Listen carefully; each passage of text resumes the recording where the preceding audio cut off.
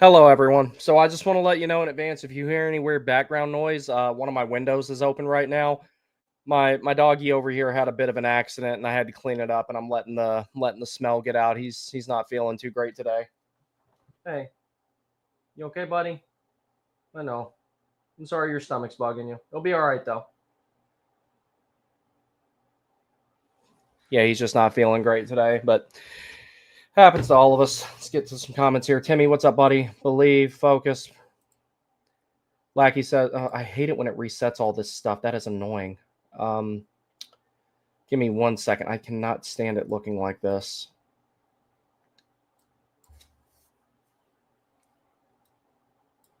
There we go. That's better. Pull for Miller, pull for Bussy. I agree. Jankowski will play well. I believe he will too. Marty Party tonight as well. Yep, absolutely. Quick has just one 900 save. One 900 game in his last 10, so naturally he'll save 34 or 37 tonight. I could totally see that happening. Also, first time he's facing the Hurricane since he was a Knight in 2023. New chat background. If you're talking about on YouTube, I mean, maybe it is because I've got the... I keep forgetting to mention this actually because I did it already, but I've actually got the super chats are enabled now. So if you want a highlighted comment, and because I'm getting a high volume of comments now, so like I have to like really take the look to like, you know, notice as many ones as I can and everything like that. So if you really wanted to get seen, use the supers. If you really just want to make a donation, I'd rather just use the Buy Me a Coffee link in the description. Now, there will be memberships coming to where you can have like a special badge and everything like that. I'm working on getting that made and everything like that. So the channel's starting to expand and everything. All right, we're underway here, so let's get to watching what's going on here. Scott Moros didn't play tonight, which I was very disappointed in because I wanted to see him get caved in because I don't like him. I never will, but... You feeling all right, bud? I know. Yeah, my poor dog. He's not feeling great. His stomach's bugging. Fishy, what the hell, dude? Why are you fanning on that?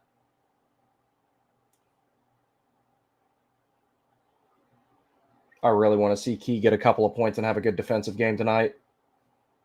Aho's pissed at himself for fanning on that puck. That's a hook. Or not. All right, I guess we're going to let him play. As long as it's standard all night, I don't care.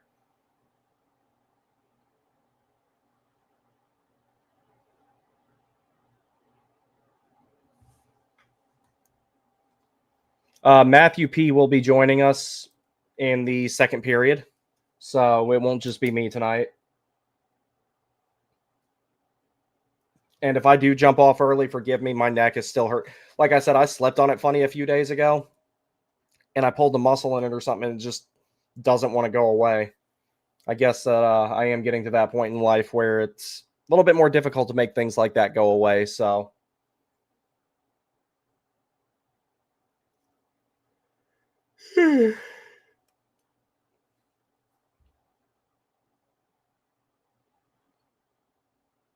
No, I think a shot caller would just make him play harder, honestly. He'd crash into the net more often.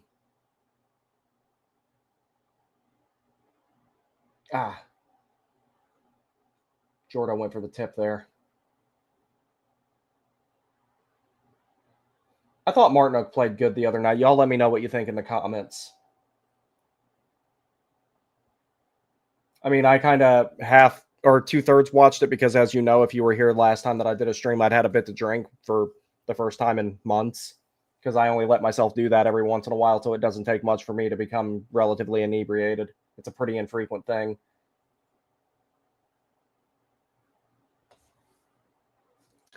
Slumped, I am at 1752, 51, 50.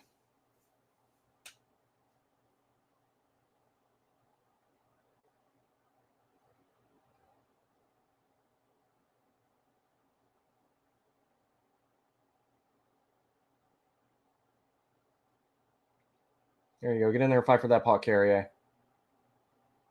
Is this a partial change, or is this actually a line, Blake, Stankoven, and Carrier?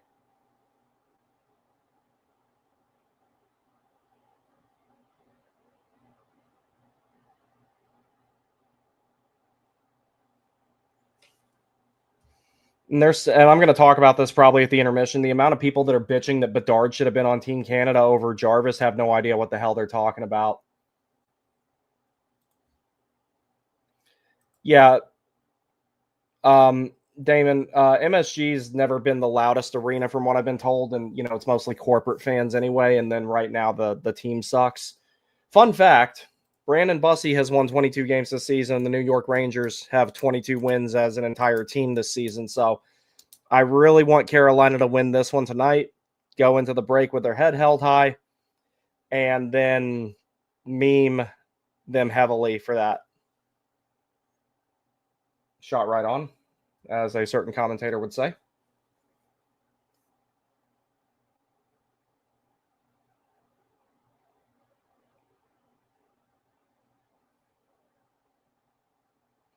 But yeah, and when it comes to Martinook, I'm very thoroughly convinced that he's playing through an injury. I have my reasons for that other than just what I've seen of him. I can't tell you why I think that. Some of you already know, do not mention it. I'm pretty damn sure he's playing through something that's worse than normal everyday NHL injuries because no one's 100% ever. It's just it's too rough of a game. I mean, I think in any sport everybody's always got something bothering them, but in hockey in particular, you almost always have something bothering you. Daniel says MSG sounds like a morgue. It's like bubble hockey again. Fuck him. I feel bad for my buddy Steve, though. He's a big Rangers fan, and he's one of the people who encouraged me to start the channel.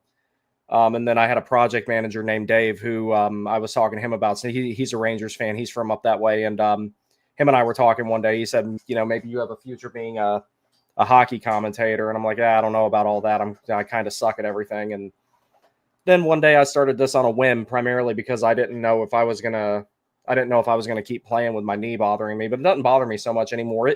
It buckles on me a little bit here and there, but it's nothing like it was, because for a while it felt like I didn't even have a knee. It was like there was just a bunch of air in between my thigh and my shin, but it doesn't feel that way anymore since I took the time to rehab it. I lost all the weight I lost. And fun fact regarding Martinook, I actually used to have a Jordan Martinook t-shirt, but it was a 2XL. So I gave it to a friend of mine who can actually justify wearing a 2XL. I couldn't wear it anymore. It looked like a dress on me.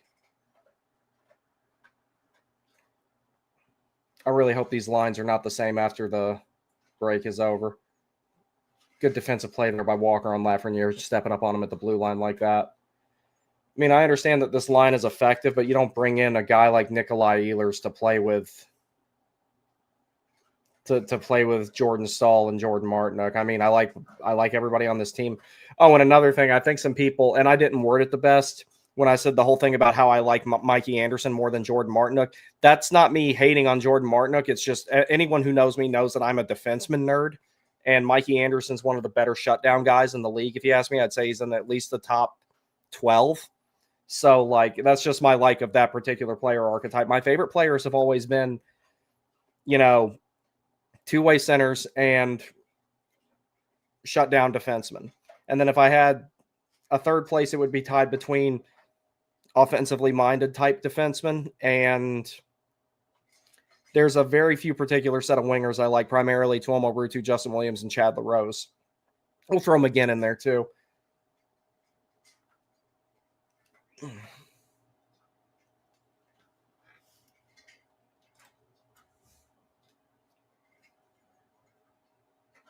Maddie says, I thought Marty was okay last game. Wasn't anything to write home about, in my opinion. That's all I really wanted out of him, was a game where he looked a little bit more like himself. And I think that he did the other night. It looked more like the normal Martinook that I was accustomed to. He's not going to put up a ton of offense, but he's going to he'll produce, or he doesn't produce a whole lot, but you notice him every time he's out there with the intangibles, with the forechecking, the forcing the turnovers, and, grinding along the boards and coming up with loose pucks after board battles and all that type of stuff. He's not done that as much lately. And I'm 99% sure the reason he looks a step off, I think he's got something really, really aggravating, bothering him. And there we go. Good shot. Attaboy, Svetch. Can't wait to see him play for Russia at the Olympics. Oh, wait, we're still doing that gimmick. I forgot.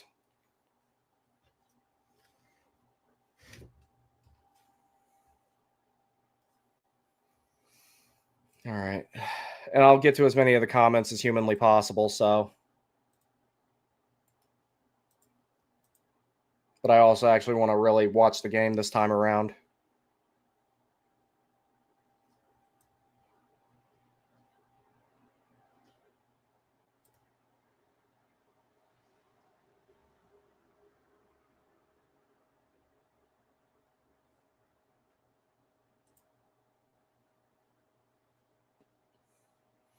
Yeah, 37 did show why Russia should be at the Olympics, because, like, I mean, then again, the United States never in its entire existence ever invaded a country under questionable circumstances, ever at all.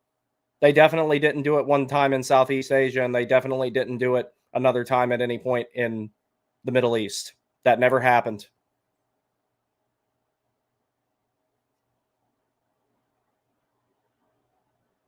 Oh, did that go off the fucking post? I don't have the sound on, so I couldn't tell.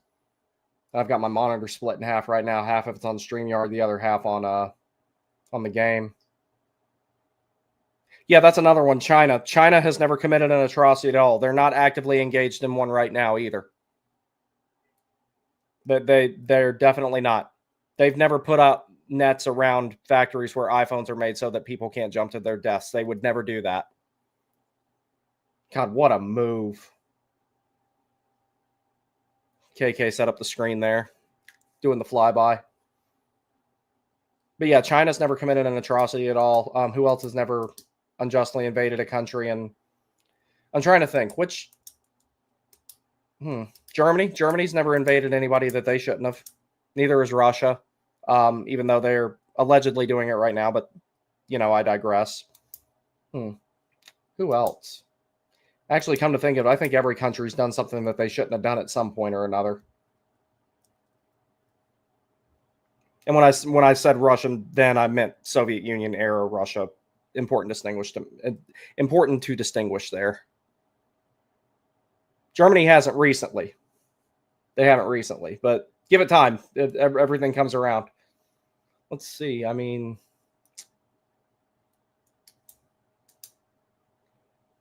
yeah, there's a few more examples of it. But yeah, it's just like I just don't understand what the big deal is about keeping Russia out of the Olympics when, like I said, the United States totally has never conducted a questionable invasion of another country.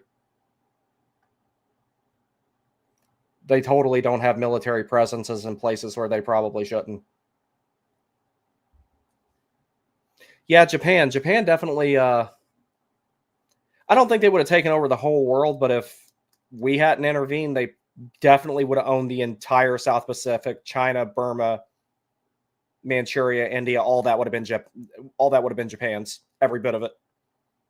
Every bit of it. Japan also did not fail to deliver a declaration of war on time and kill 3,000 Americans. That also did not happen. Oh, okay. You kind of have to call that one.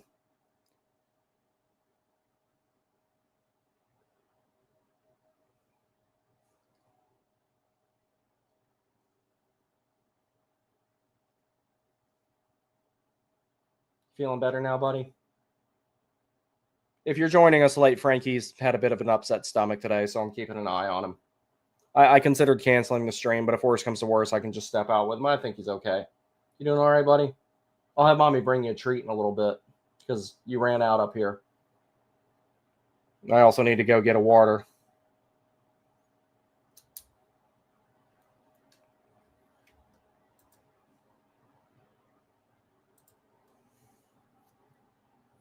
All right, let's deny that entry here. I still don't understand how the hell JT Miller got on Team USA over Jason Robertson and Tage Thompson and Cole Caulfield. I don't get that one.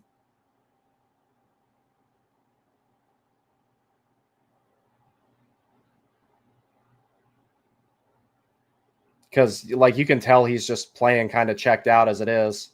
Like, he should have won that foot race and beat Chatfield to that pocket. He would have had a better chance to get to it if he'd tried, but he just pulled up. Gap up on him, Jarvie.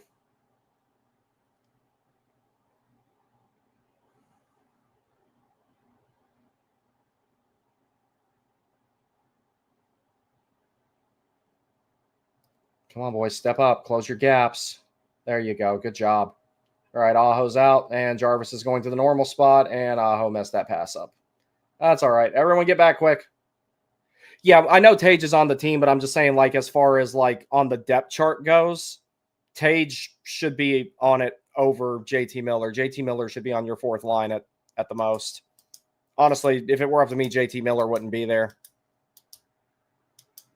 Yeah, no, that's okay. Eric Robinson can be on Team USA. I'm good with that.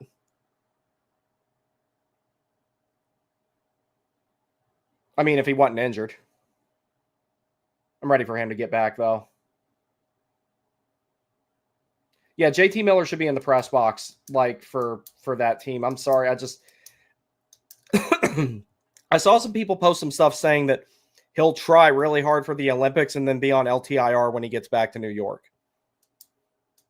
But yeah, I mean, the fact that Miller was, pretty much a lock for Team USA before Tage Thompson, especially with the year Tage is having, Tage should have made it over him last year for Four Nations and didn't.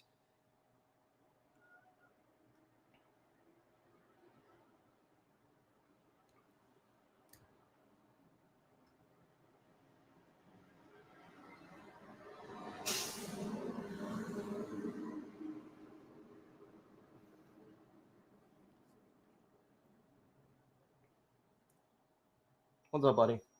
You feeling all right? Do you want a treat?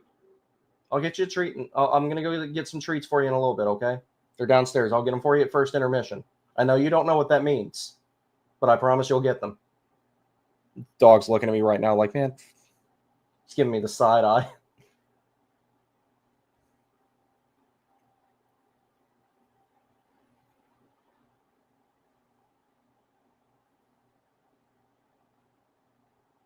Get that out. Way to scoop up that loose puck there by Taylor Hall. All right. Nikishin generating this breakout here. Oh, good little cross-ice split pass there. Yeah, Martinook with the Mario stash is hilarious. Like, I hate that some people think that I don't like him. That couldn't be further from the truth. I can just identify when he's clearly playing through something. And I have other reasons to believe that he's playing through something. Like I said, if you know what I'm talking about, do not mention it in the chat.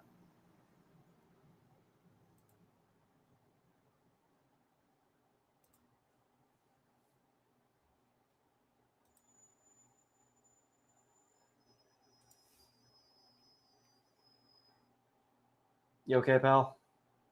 I know it's kind of cold because the window's open, but we got to have it that way for a little bit until that smell gets out.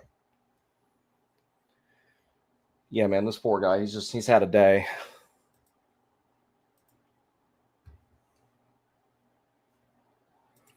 Yeah, Maddie, Trocheck, I'd be okay with, but everyone knows who I actually want. I'm not giving up hope on it happening just yet.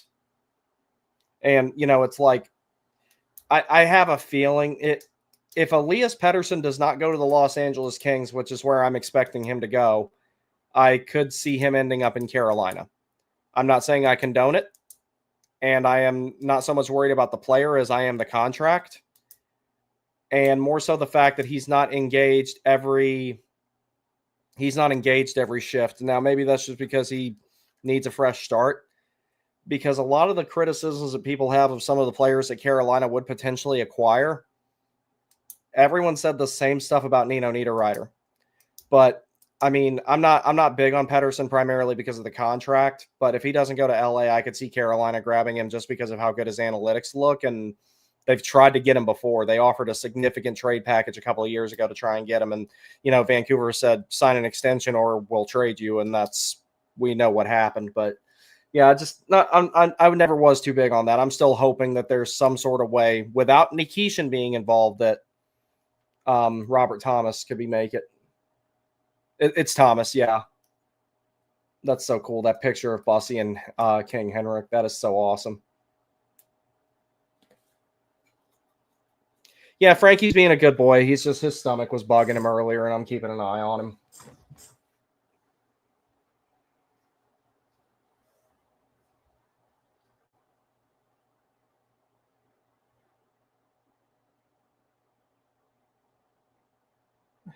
Hey, Walker got it through traffic and didn't shoot center mass. Good job.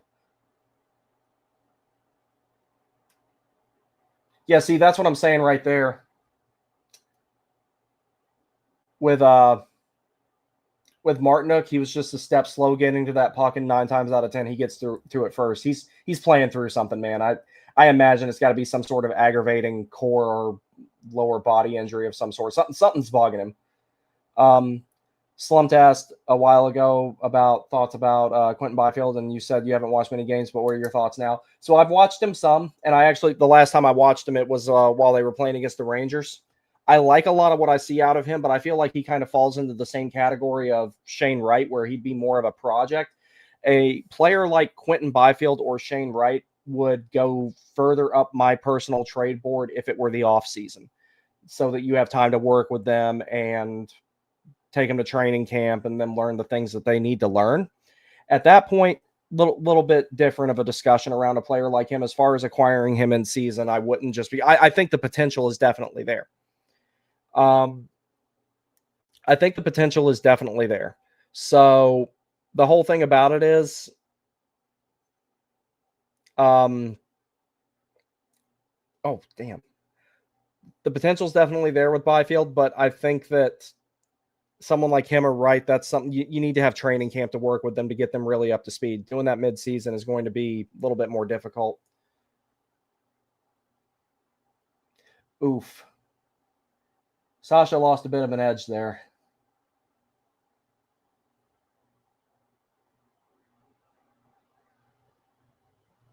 Chip it out. Chip it out.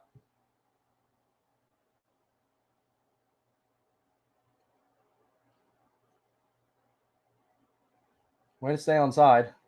Or, okay, or not. They calling a penalty or they calling it offside? Okay.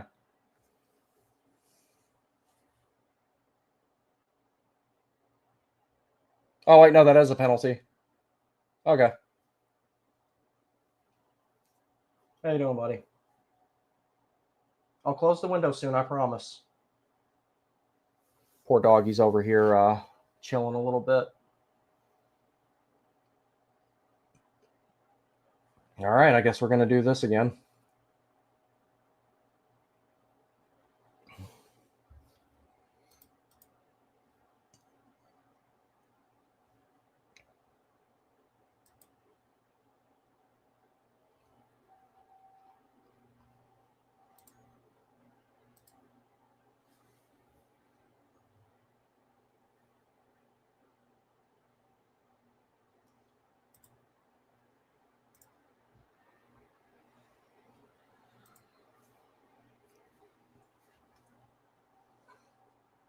All right, way to clog up the neutral zone there. That's pretty good.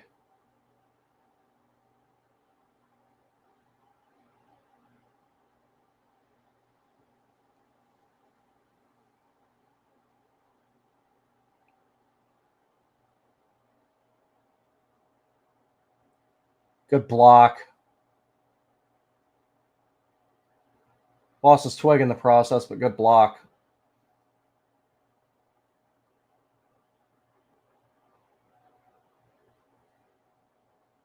Good job by Slavin there to close JT Miller off on the boards. That's why I don't like man-on-man defense during penalty kills. But Bossy, there you go.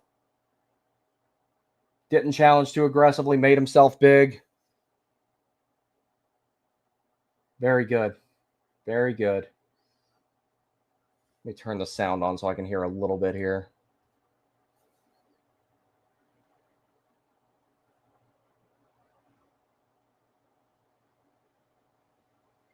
Slavin went down at the same time as him, and they had no idea where that puck was. But I love that. Bussy attacked just enough. He didn't come all the way out to the top of the crease. Kept his composure. Like, if Kochekov can start doing that in situations like that, he'll be good to go.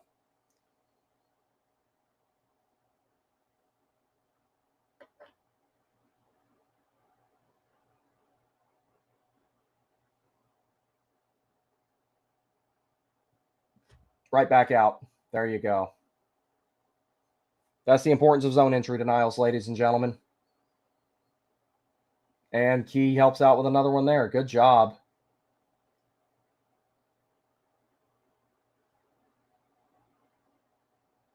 Gap up.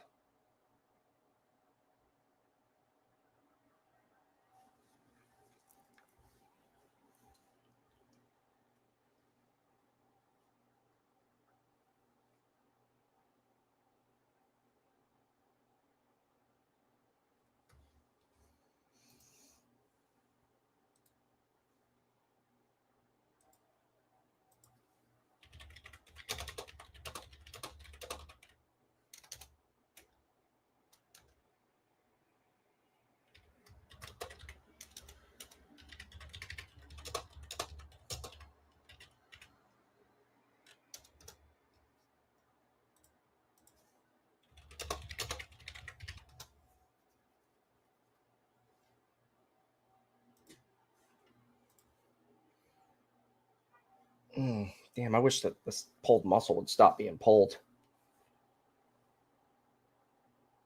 Good clear.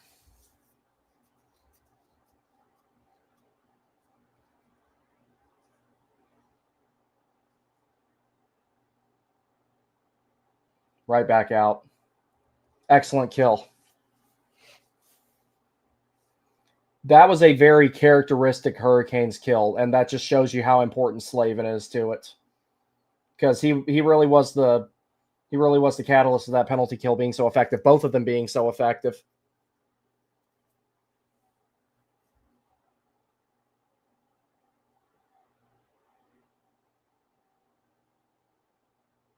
Good pinch by Nikishin. Way to keep that play alive. That's the type of stuff he needs to do. You want him aggressive. You want him up on the play because things like that happen because of it. He's got plenty of speed to get back. The acceleration's a little bit slow because he's a bigger player, so it's to be expected.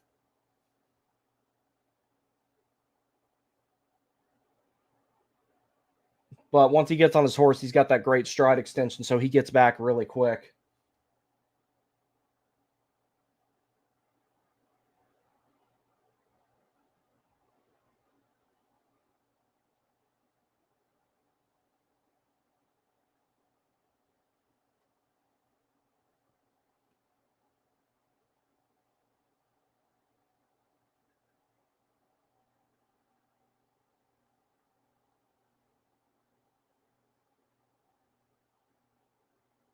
All right, let's get a zone exit here, please.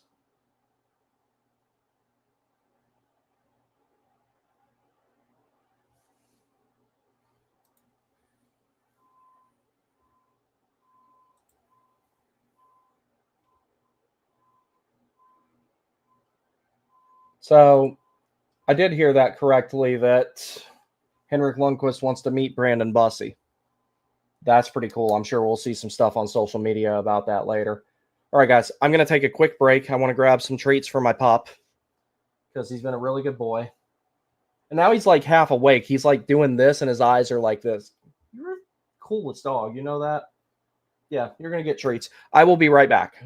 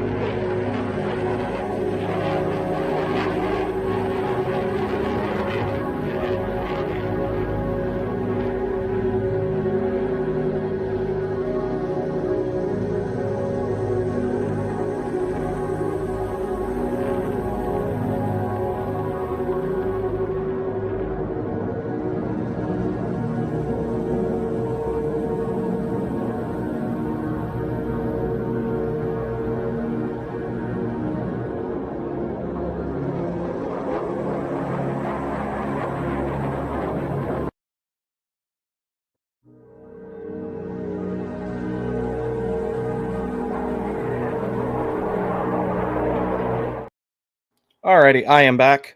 Come here, buddy. Come here. Want a treat? Come here.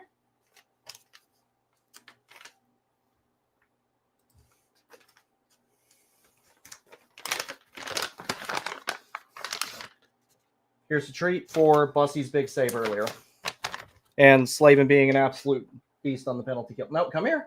Come here. Sit. Spin. 3, 2, 1. Shark. Good job.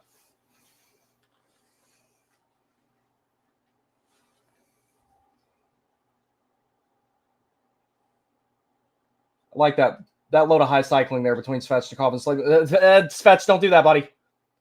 He's got that explosiveness back in his step now where he can kind of get away with making plays like that he couldn't before. He was able to get back even after he fumbled it there at the blue line. Oh, wait. Carolina scored? Did that happen while I was gone? Oh, wait. No, duh. Svechnikov scored earlier. Man, I'm tired. I got to stop getting up at 4:30 in the morning for no damn reason. What are you looking at? You want another treat? You get another treat next time Carolina scores.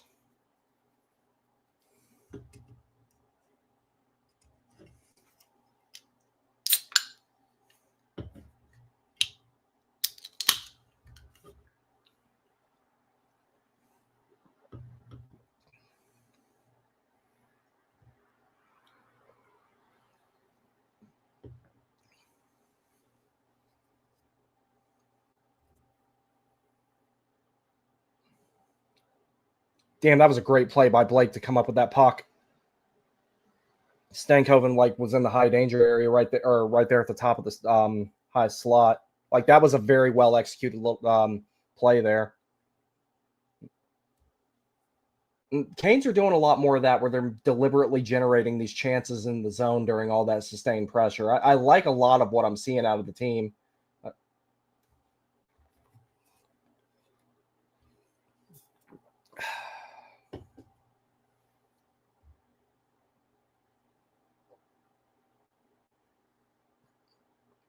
And as far as I'm concerned, the winner of the You Did Your Job award this season so far is William Carrier. Legitimately, other than Bussy, obviously, as far as the guys who skate out go, that's who's number one in that category, if you ask me.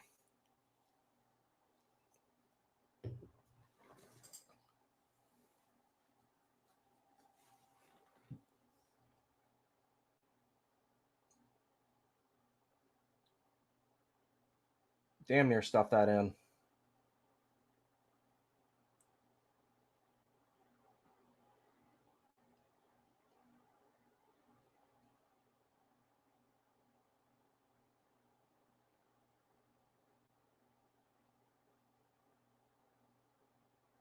Good job, Jank. You didn't get thrown out this time.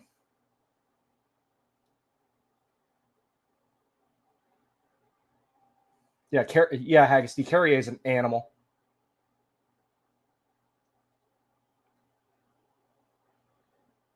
Healthy Carrier is an absolute wrecking ball. I could justify getting his sweater. He's going to be here another 4 years after this one. Yeah, sorry, I'm doing the gangsta lean again because my neck hurts.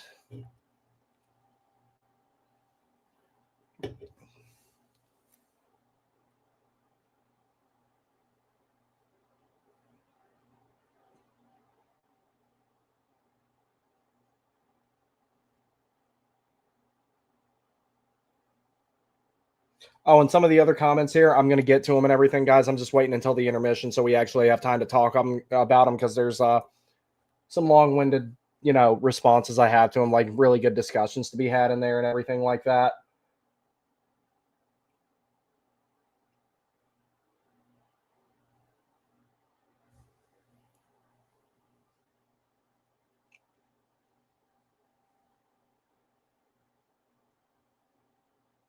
Way to seal that post, boss. Watching him track here is really, really good. All righty. That'll take care of the first period. Carolina is up 1-0. I do want to look at the stats here because I don't think the Rangers had that many like 5-on-5 shots, considering I think they generated nearly all of theirs on those 2 power plays they had. Let's see. 5-on-5. Yeah, the Rangers only generated 2 of their shots 5-on-5.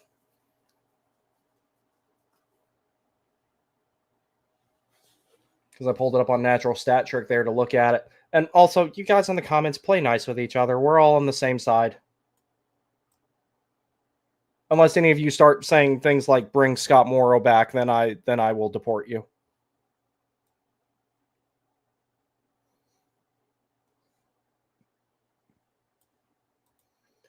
Slump says Jank over Bedard. Prove me wrong.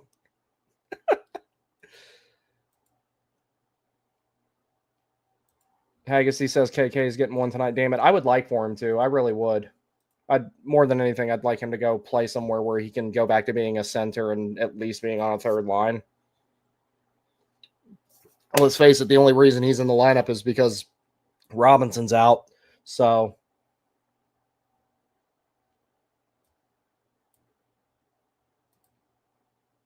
I'm a Wizard says, oh, wait, yeah, no, we already talked about that one already. Dealey says, hit the like. Thank you, sir. I appreciate it. Dealey is one of my oldest subscribers. I think I'd made about 10 videos total the first time that he subscribed and started commenting. He's been around from the very beginning. So just want to give a shout out to him. I really, really appreciate, him being here. I appreciate all of you, no matter when you subscribed and when you started watching and everything. But he was like, when I was really early on, when I had just started a couple of years ago, he was one of the first ones that was always, watching and commenting and everything. So just want to let you know, I appreciate it, pal. JT Miller should be in the press box. He might need to be in the press box for this game. He does not look like he cares at all.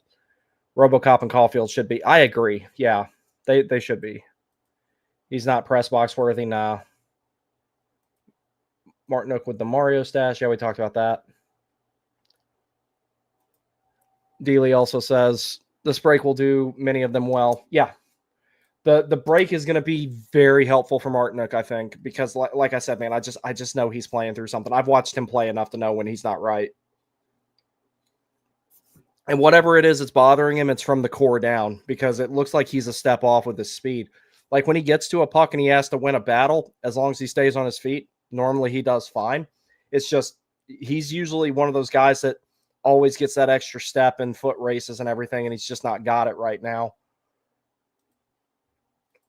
Please no to Pedersen. Yeah, I'm not big on him, just primarily because of the contract. If it was, I don't even care about the cap hit that much. It's just like 7 years of term after this one. If you make that deal, you have to live with it.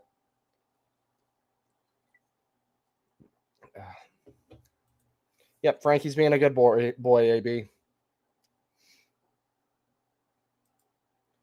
Evander Kane, I'm not big on him either. I know that I talked a whole lot about Kiefer Sherwood back when he was available. That was who I was hoping Carolina would get as far as a rental winger goes.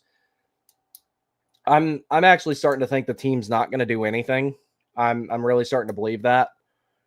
And I would still maintain my position that if they don't do something, they're still going to be a paper dragon. I do understand the standpoint of getting someone like Evander Kane for the agitation, the sandpaper, that type of standpoint and everything. That was part of the rationale behind getting Michael Bunting. Another guy I really liked, and he would actually be my first choice currently, I think, as far as wingers go, is Bobby McMahon. He's got some stuff to work on the defensive side of things. Excuse me. It's not for a lack of effort, though. He's very fast, especially for his size. The last time I looked, I think he has 18 points in his last 25 games or something like that, so he can produce. He probably wouldn't do it at the same rate in Carolina, but he would still be a net positive offensively. Very physical, very good player, if you ask me. As long as someone doesn't lack effort when it comes to the defensive side of things, Brendan Moore can work with them. And I think Bobby McMahon would be a great option there.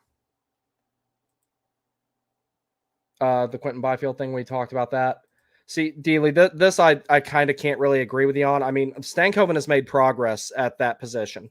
Now, if it were up to me, you already know among the players that are currently in the Hurricanes organization who I would have left at 2C, because I don't think he was as bad there as people said he was. And then you could eventually drop him down to 3 and, fill that gap another way, whether that be through a trade, or Serrato coming through, Rabkin coming through, multitude of different options there. But, I do think they need to add. I would prefer, best case scenario, they add another center and another winger and build another line, and then go with what they got, get KK out of here and send him somewhere where he's actually going to get the play consistently. Because like I said, the only reason he's playing right now is because Robinson's hurt. So if it were up to me, one of the lines would have been Ehlers, Kokaniemi, and Svechnikov. And I would have grabbed another winger for Jarvis and Aho's line, a la Michael Furlan type of player. So that's what I would have done, but unfortunately it's not up to me. And then at that point, you would have a third line, if you will, of Stankov and Blake and Hall, and you would have a line on the depth chart between them and the Aho line, and then Martin Stahl and Carrier to round things out, Martin Stahl and Robinson, however you want to go about it. That does the trick, if you ask me, especially with Florida potentially missing the playoffs, but Tampa still would be difficult. In the event Carolina ran into Buffalo or Detroit, I think they'd win both of those series, but those teams and Montreal, another one worth mentioning there, they'd take a bite out of Carolina on the way through. They would take they would get their pound of flesh out of Carolina if they played any of those teams. The way that I would, all three of those teams mentioned there, any series that Carolina were to play against them, it's my personal belief that Carolina would win any of those matchups in 6 or less. But the first 4 games would be brutal. So there would probably be multiple it would basically be, imagine the Nashville series from the modified bubble year. It would be a lot like that, where they just keep dragging to overtimes and taking a little bit out of you, If I had to just really evaluate it right now, I think that any of those series would be like that. Carolina would win, but the other team would take a bite out of them in the process. And each of those teams, concern me for different reasons. Pittsburgh, I think Carolina would probably have to win that one in probably 6 as well. But if you start talking conference finals territory, where you would see Detroit, for example, or, more than likely anybody at the moment, Tampa, if you get to that point, then that's going to be difficult to win because Tampa's still good. The team they have right now is not better than the back-to-back cup one, but it's good enough to win the cup as is. So, but on the inverse of that, Carolina has a better team now than they did, at the time they played Tampa, the last time that they played them in the playoffs and lost.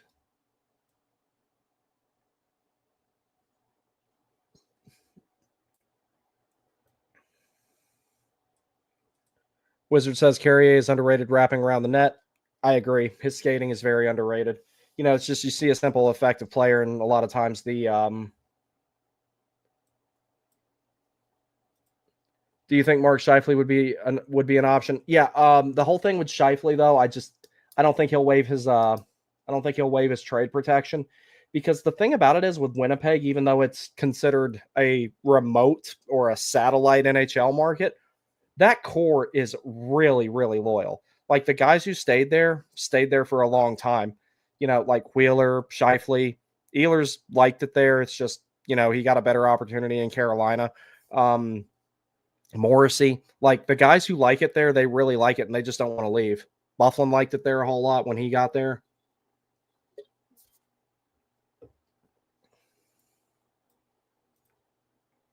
Haggerty says, I'm not sure if they're going to move KK if they haven't re-signed Jank yet. That's coming. The reason why I think that's coming, I think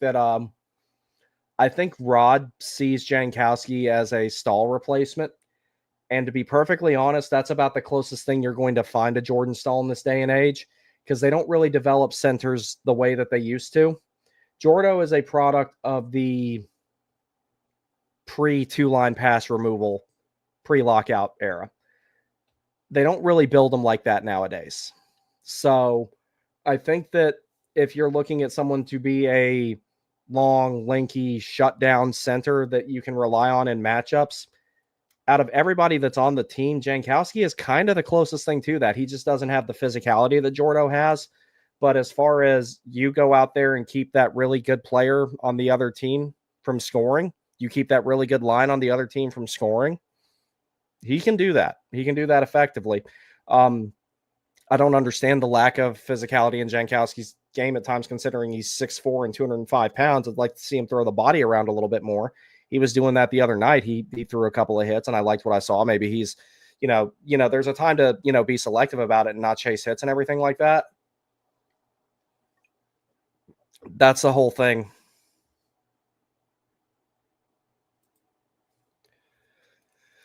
Dealey says Pedersen would be another stud from the West who looks like AV on a East team, or looks average. I guess that's meaning. I mean, he would definitely help. He really would. I'm just the contract. That's my only holdup. Caleb says not needing a 2C when the line has bottom six player on the LW, a first-time NHL center who is frankly underperforming, and a guy on the RW who's in year 2 who is too streaky. We absolutely cannot rely on that line. Very, very good point. Go get a 2C. Ehlers back on the second line and build that line into a scoring line. Yeah, you could effectively build 3 scoring lines, but that's why it's like I just wish that he would have given Kotkaniemi a little bit more leash to learn stuff, because man, Kotkaniemi couldn't breathe out of the wrong nostril without Rod scratching him. Like, just to be perfectly honest, like I'm sorry, but nothing is ever going to undo my observation of that. Whereas there's stuff that's going on, it's like Burns made some really awful turnovers in Carolina, and anytime the media remotely pressed Rod on it, he would write a paragraph or speak an entire paragraph defending him. Kotkaniemi, it's pretty obvious there's a disconnect there. That's why I think it's just time to move on. But we'll see. I don't know. But like I said, he's a $4.82 million player. He's better than what he's given credit for. I don't know if I'll ever really get a chance to prove that or not. I could try, but it would be difficult to, because there's a lot of people that just worship the ground that Rod walks on, and they won't hear an argument about the idea of maybe a player's good, just not a good fit. I mean, if you want another example of that, Natchez. Yeah, I think that he should have been left where he was. It's just something changed at some point or another, because 22-23 he finished strong. 23-24 he was Carolina's best player for 2 months. And then that player's only meeting happened. I'm not saying that correlation is causation there, but that player's only meeting happened, and he's never been the same since. And last season, despite his minutes being so low, he was still, I believe he was second on the team in 5-on-5 points with 31. And the only reason he didn't have more total is because he barely saw any power play time. And he doesn't kill penalties. And honestly, he probably shouldn't. He's not the best option for that. But at one point in time back a few years ago, he was killing penalties too. So I don't know what happened with that. Wizard says, I think if Nashville makes Ryan O'Reilly available, he's the perfect stopgap until you can get a guy like Serrato in the system. Him or Jenner for a stopgap, yeah. I would prefer Jenner personally, but Ryan O'Reilly would be fine too. I don't know what Nashville is going to do. Actually, I need to see where they're at in the standings. I'll tell you in 2 seconds. Sorry, my neck is still bugging me.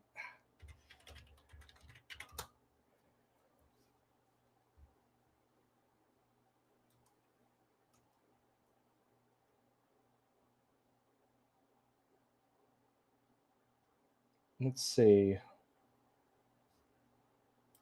Nashville's not that far out of it. They're only 4 points out, so they're probably not going to sell yet. Skylark says, how would you feel about EP40 with 2.5 to 3 million retained by Vancouver? That would not happen.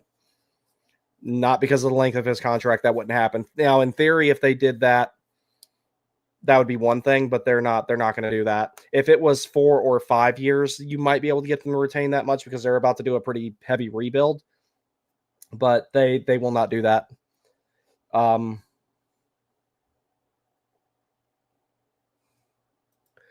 says, I do not like Jankowski, big guy who doesn't hit anyone. I will admit he looks better with Carrier. Man, you would have loved my timeline on X. You would have absolutely loved it a month ago, because like I was ragging on him like crazy, because like I started saying bad things about him. He started playing better, so I just kept saying bad things, and he kept playing better. So, but yeah, I mean, I'm not the hugest Jankowski fan by any means, and I'm still kind of annoyed that there's been times where Kotkaniemi's been held out of the lineup for him. So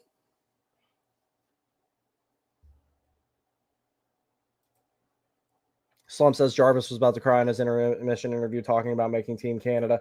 Yeah, I was flipped over away from that. I was looking on Natural Stat Trick and looking at the standings and everything. With Jankowski, you have 2 fourth lines. The stall line is a checking line, aka a fourth line. They're not listed as such, but that's essentially what they are. The best in the league. The Canes do not have a third line. The Hall KK Robinson line was a true third line. I like that line. And see, that's what I'm saying about the whole thing with Rod and Kokoniemi. Like, this is evidence of it.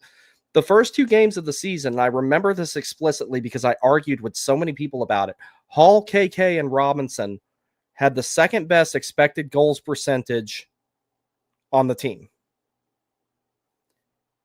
And I think they had the closest hit differential on the team for those 2 games. And then Rod said, well, Kokoniemi's not winning enough faceoffs. He scratched and put Jankowski in. And then, and then to top that off, it's like, one of the biggest complaints about Kokoniemi has been, oh, well, he doesn't defend well enough. And then he got injured blocking a shot, which I don't know what, like with intent, he took a knee to block it. And I'm like, I don't know what more you want out of him than that. It's just that disconnect there can't be mended.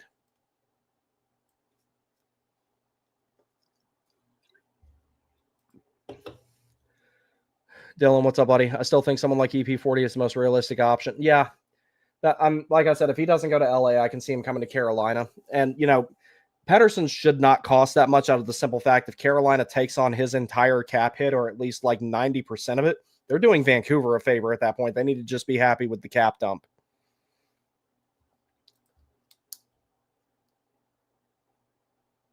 Playoff experience also matters, and the group is a lot older and more experienced now from the last time Carolina played Tampa in the playoffs, and that really matters, especially the way Carolina just got beat up on those series. The team is also better. It would be a lot closer on paper this time if, in theory, if a fully healthy Carolina and a fully healthy Tampa were to play. A lot closer on paper. Yeah, Robbie is missed. And right now you do not need 2 stalls. No, the 2 stall days are over. And unfortunately, that era was wasted because that could have been great, but Jim Rutherford trying to rebuild a hockey team is buckle up, Canucks fans. Buckle up.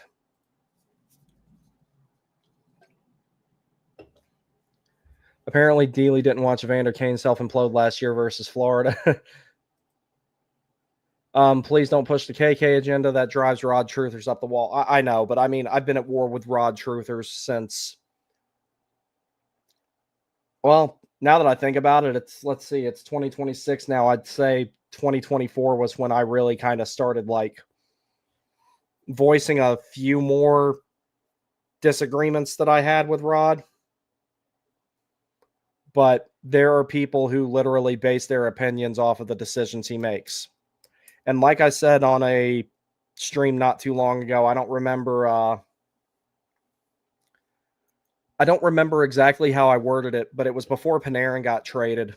And I remember saying I never was big on Carolina getting someone like Panarin because I don't think he would fit Carolina's system and their identity and everything. 1 second, please.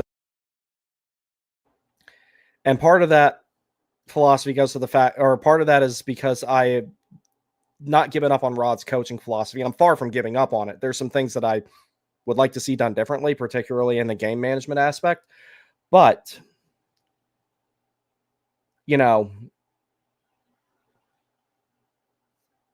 it's like, if I had given up on Rod's coaching philosophy, I would advocate for someone like Panarin. But I just don't. So, all right, second period's getting started here. I'm going to invite Matthew on. He will be here with us in a little bit.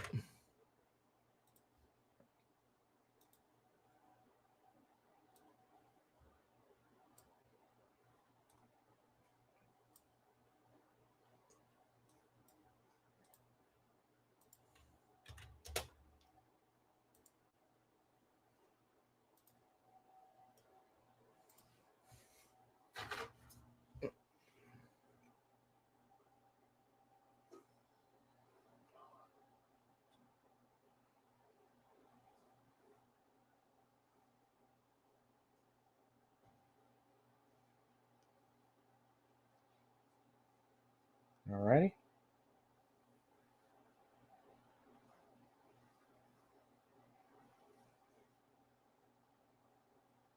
All right, there we go.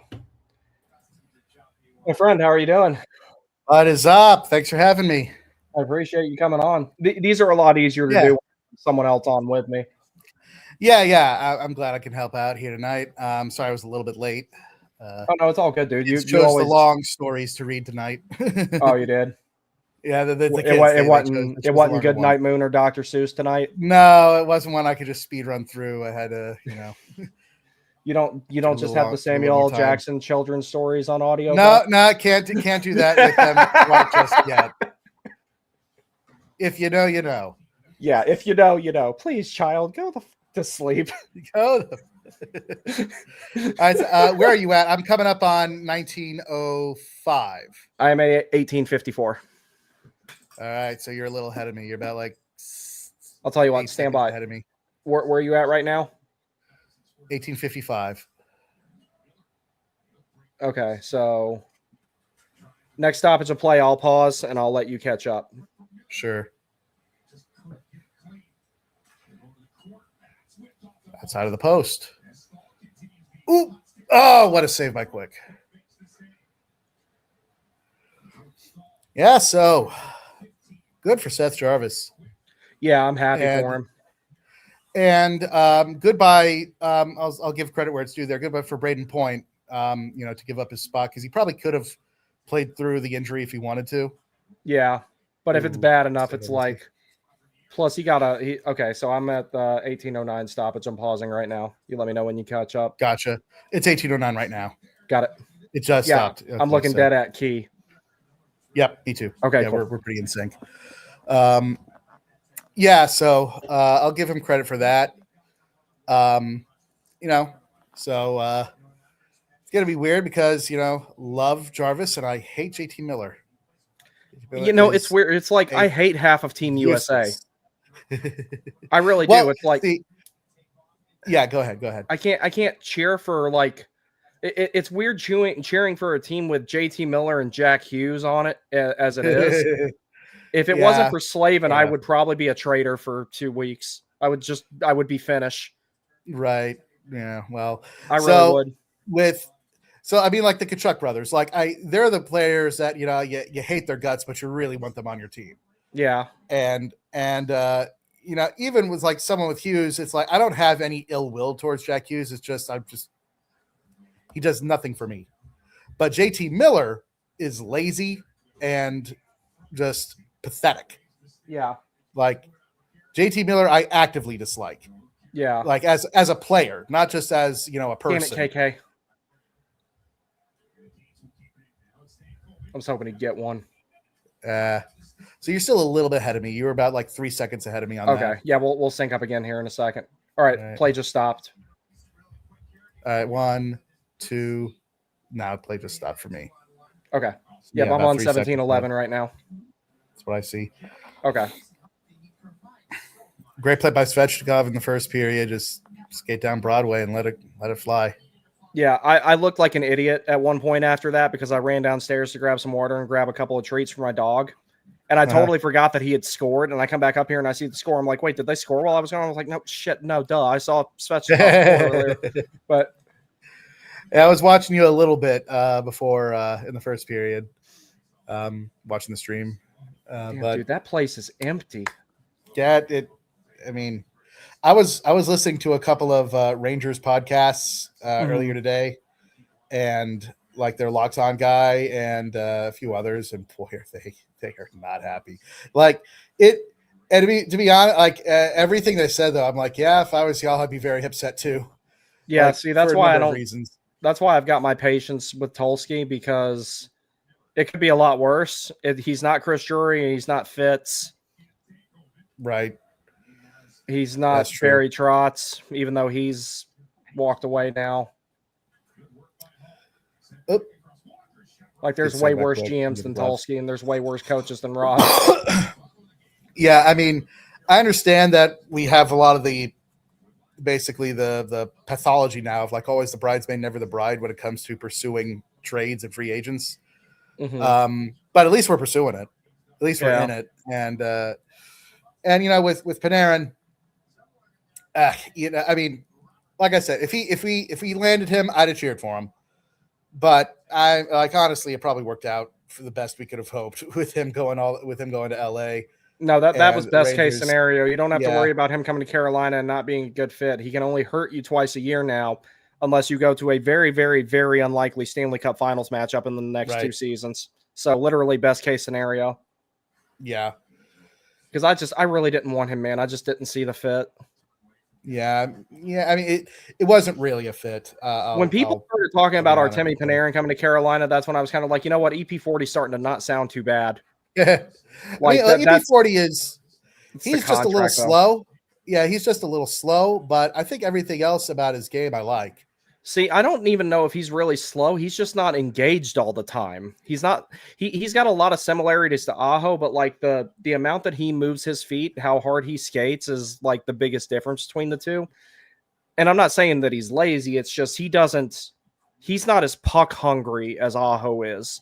Like he'll glide into a position and then he'll turn on the jets to Speaking of puck hungry, if you saw that by Aho, great takeaway of the neutral zone. That's what I'm saying. Pettersson does that, but it's like he glides into it and then he steps into that. Aho was moving his feet there the entire time. He was engaged the entire time. If Pettersson would do more of that, and if anybody can get him to do that, it's Rod. Then it's not the worst idea. But I don't like that contract. Man, poor Martin. I can't buy one, dude. I liked his game so far. I liked his game in Ottawa. Yeah, I thought he looked good in Ottawa. Yeah. Oh, nice. Get it. Come on. Up. Dig it. Fire again. Twice. Fanned on it. Golly. Good poke check. Stick with it. Penalty on New York. Yep. Is that Gavrikov?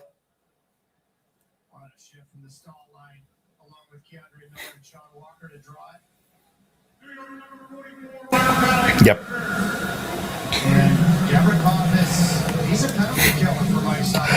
I was thinking like really flooded in. Oh wait, no, it's gone now. You're good.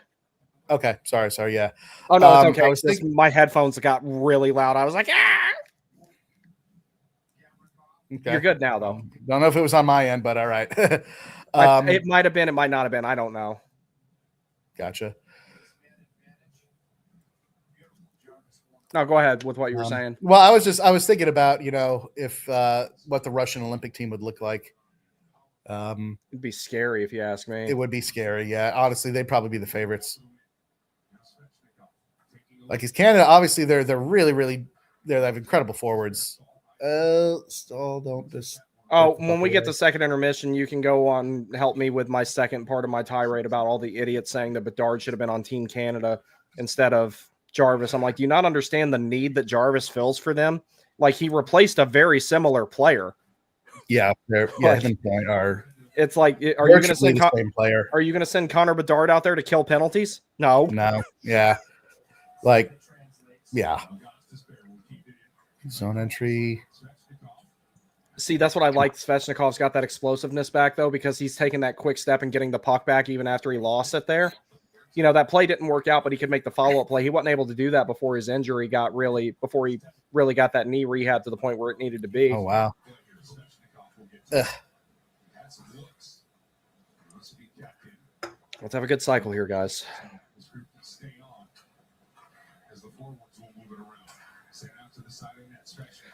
See, I like this. Aho isn't so static now. He drifted down as the play was cycling around the outside of the perimeter there. Mm-hmm. That the power play looks better because they're doing stuff like that more. Yeah, and I'm noticing also they're not spending a ton of time behind the net. Like the guy in the playing along the goal line, when he gets the puck. Ooh, that was a good chance.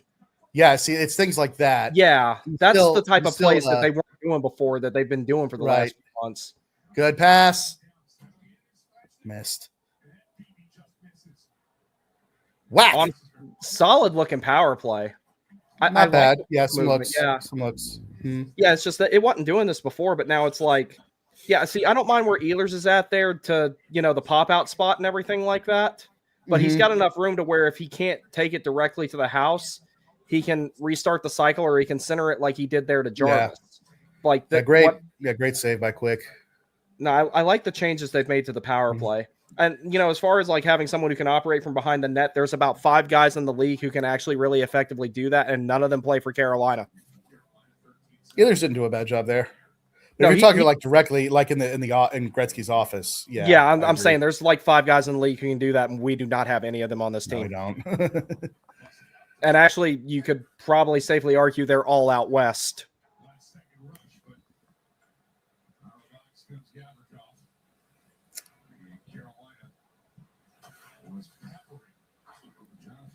Good keep by Key there at first. Get back. Please don't let the laziest player in the league. Okay, thank you.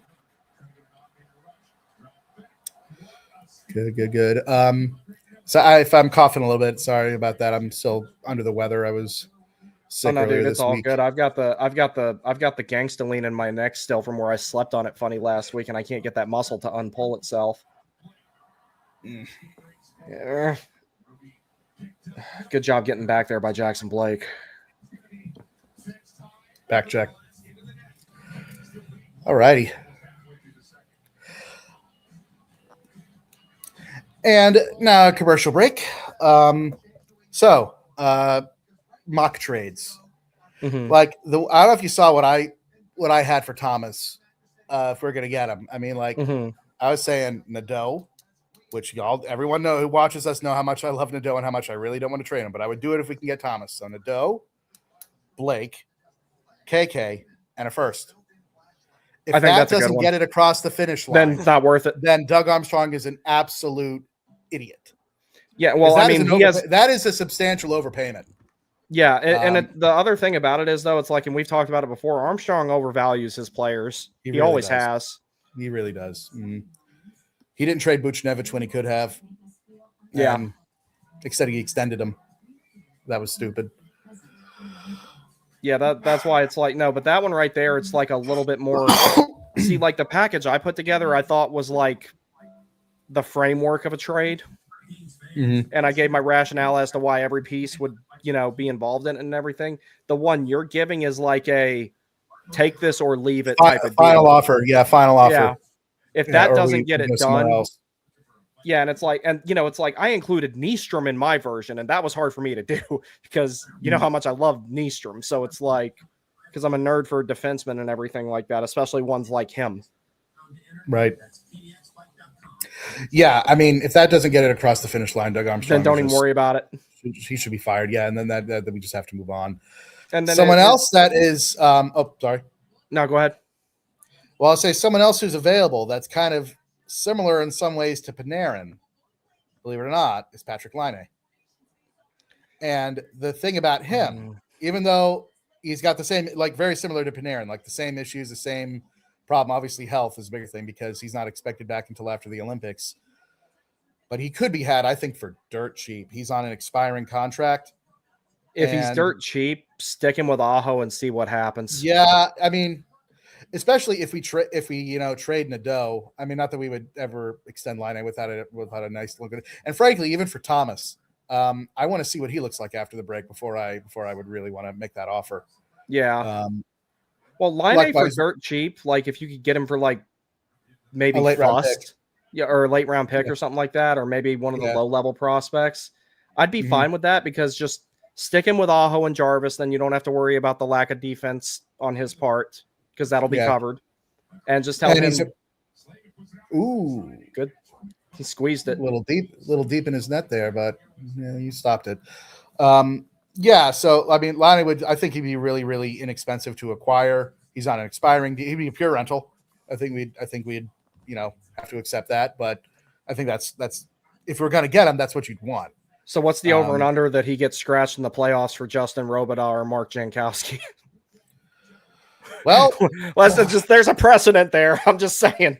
Yeah, that's true. I mean, like Kuznetsov played center, but I guess Laine would be somewhat similar in that, what are you doing with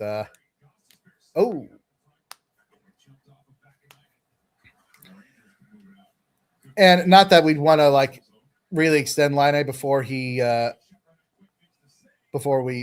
audition him. Mm-hmm. But if we do get him, like he is also a right-handed left wing. That's what I was saying. Put him with Aho So, and Jarvis. yeah, with Set and Aho forget. and likewise, and frankly, like similar at least in profile to Nadeau with like just the right-handed left wing who has got a cannon. If he'd stayed healthy, I can only imagine like how much he actually would have scored. Like I know that's part of what derailed his career was the injuries, because he, there were people talking about him potentially being, fifth all time in goals and stuff at one point. I mean, there was he and Matthews in their rookie years were neck and neck. They were. It was actually a legitimate, discussion as to who was better. Yeah. No, I just think the injuries did Line A in more than anything. Yeah, they did. Yep. And, I mean, he wasn't exactly the most, I think even Aho once like quipped him. He was asked about him and he said, well, I hear he's back checking this year. I remember that. Yeah. You remember that? Is like, I mean, like I said, if you stick him with Aho and Jarvis and just be like, you shoot the puck. So the thing is, I mean, like Svechnikov is already doing that pretty freaking well. So yeah. Like, do we even really? We don't really need it, but it's just if we want a Panarin type deal, that would definitely be a lot cheaper to acquire. Then he's someone. And then, not to mention, maybe you take a player away from a team that you might be seeing in the playoffs. Yeah, fair enough. Excuse me. A team that, like we talked about, Carolina would probably win, but they'd take a bite out of you.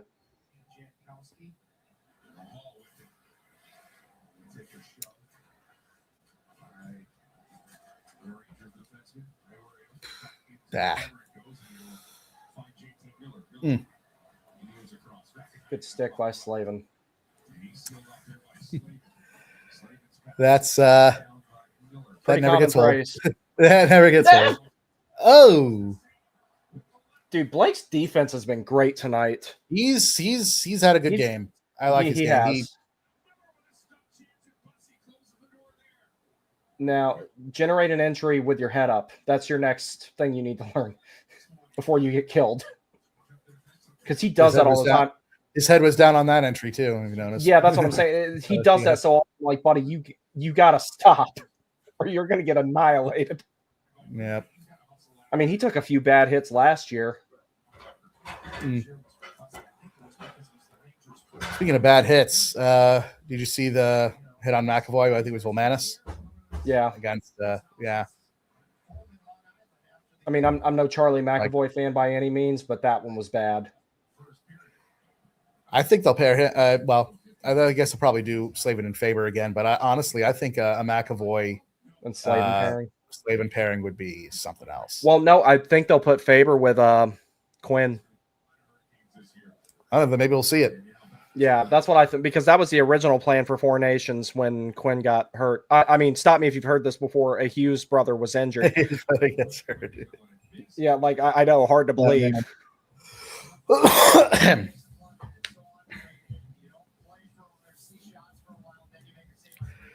Yeah, we could have drafted Charlie McAvoy. No, we took Jake Bean. Thank you, Ron Francis. Could have drafted Tage Thomas. No, we took Julien Gauthier. He's not in the NHL anymore. No, he's not. And the only reason Jake Bean's in the two expansion drafts is the only reason that Jake Bean's still in the NHL. Is he even still? I don't even know. Like, he's playing for Calgary, ain't he? I don't know. I don't keep up with scrubs. I don't know. So. I don't even know where he's at right now. Jake Bean. Where's Hayden Fleury at nowadays? I did hear I remember hearing his name. Is he still in Winnipeg? Against the Canes. Yeah, I think. Yeah, he's. Yeah. Yeah,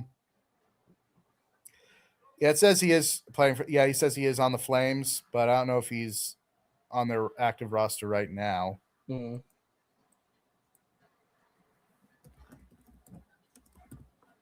Hayden Fleury. Fleury's on the Lightning. We were not. Is it Hayden or Kale? Hayden. Oh, okay. I think he's just their depth guy, though. Maybe their 7th D. That's kind of what he is at this point. Mm-hmm.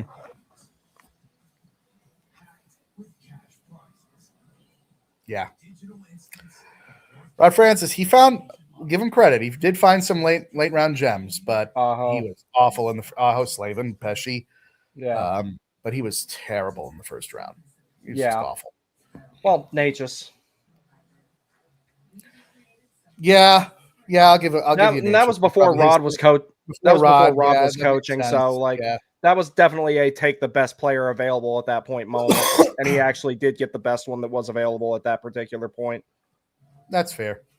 Okay, here's an interesting discussion for you. If you could go back in time and you were given the option, would you draft Sean Monahan instead of Elias Lindholm? Haven't thought about that. I've thought about it before, but I don't know how to answer that question because that would be a coin toss for me because I like both of them. They're very similar players. Like it's almost like probably either one would be fine. It's like flip a coin and you almost get the same result. Actually, I'm going to put a poll out about that and see what the fan base says because that's an interesting question. I think Lindholm has a little bit more offensive upside, and I think Monahan is a little bit more defensively responsible. Monahan's a little more complete, yeah.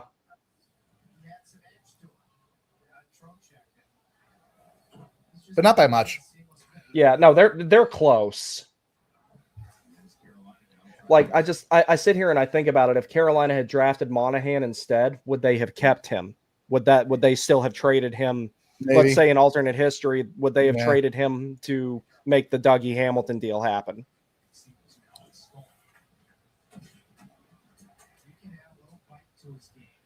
Yeah, now that I think about that, if that was onside. I thought it was out. Barely.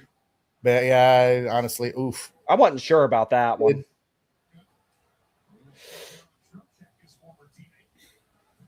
Martinook don't feel that damn bad, I guess. Nice fly. This is why I don't like him being on the Stahl and Martinook line, though. Yeah, get him on. When he was going through the neutral zone there and generating that entry, if he's with much of anybody else, he has someone parallel with him on that entry. With Stahl and Martinook, they're not where now.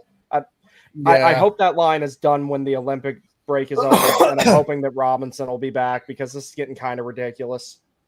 And not only that, but I think, and I mentioned this in our group chat, it's time to break up the dads.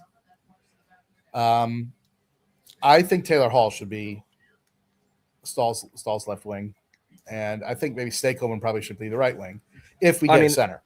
If they're going to continue to employ Jordan Stahl like a second line center, which is essentially what they're doing, give him second line wingers. Yeah.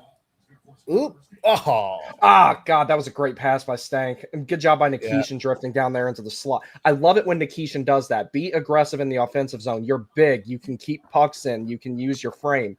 If he's able to play like that, yeah. When he's able to play like that, then that's when he's the most effective. Can't expect to turn him into a shutdown guy. It's just not his thing.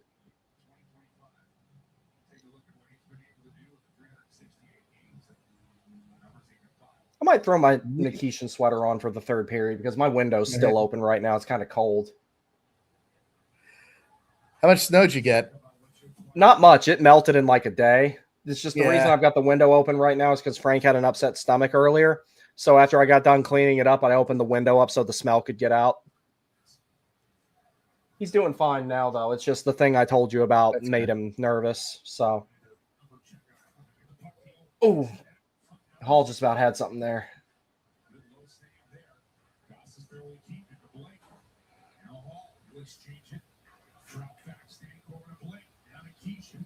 Moving the puck really well. Couldn't get. Nuts! That was just a good save, man. I can't even be mad at that. Quick is. He's quick. He ain't lost it.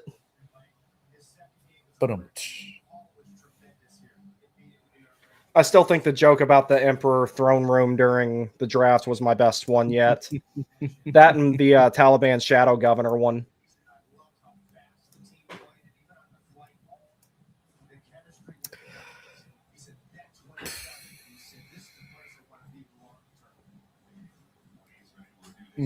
Good face-off win.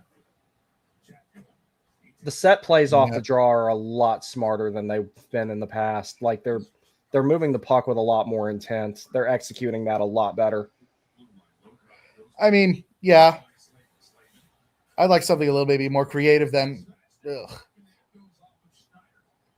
more creative than they used to be. Get it to the very high slot and just hope it gets through. Yeah. It's not nearly as much of the mindless low to high cycling that it was, though. So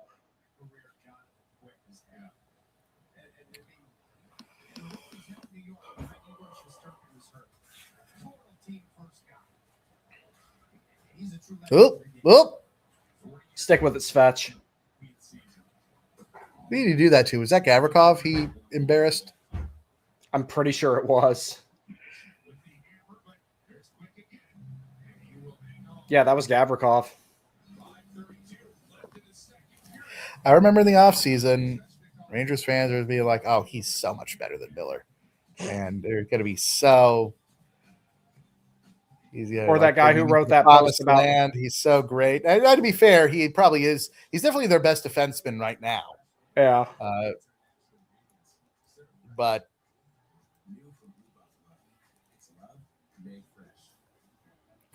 I don't know.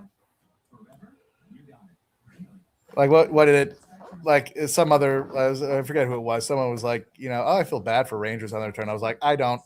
Nah. I don't feel bad for them at all. I just love the one post that guy made. This is how confident I am in Scott Morrow as a prospect. Is the prospect you're confident in the room with us right now?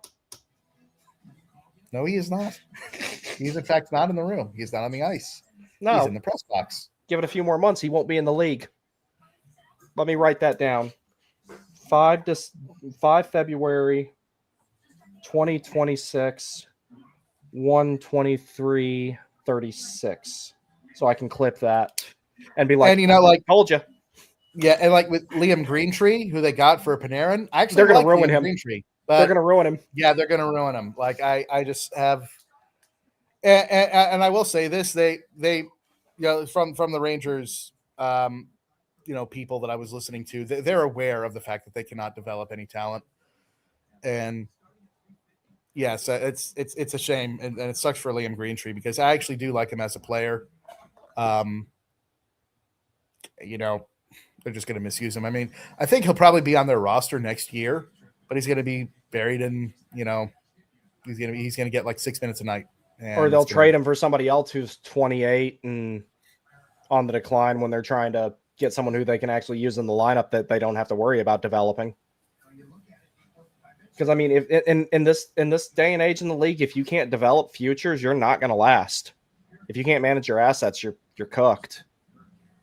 Yeah, they rushed their process. Did the Rangers, and they're back at square one. And this one, it's going to take them a lot longer to dig their way out of it. Like that whole, and that's the other thing. Something else that, I think the Locked On Rangers guy, the point he made is like, look, if you're telling me this is just a retool, which is supposed to take like maybe this season and next season, then why didn't you just extend Panarin for a little bit? Why didn't you sign him to that 2-year extension? Yeah. If you expect to be back that soon. That they're not going to do that. Everyone they're knows not going that. to. Yeah. It's the same thing with like me arguing with Blues fans. They're like, oh, we don't need to trade Thomas because then they start listing all their prospects. And I'm like, wait, I've heard this somewhere before. I've heard this somewhere before. Where did I hear this before?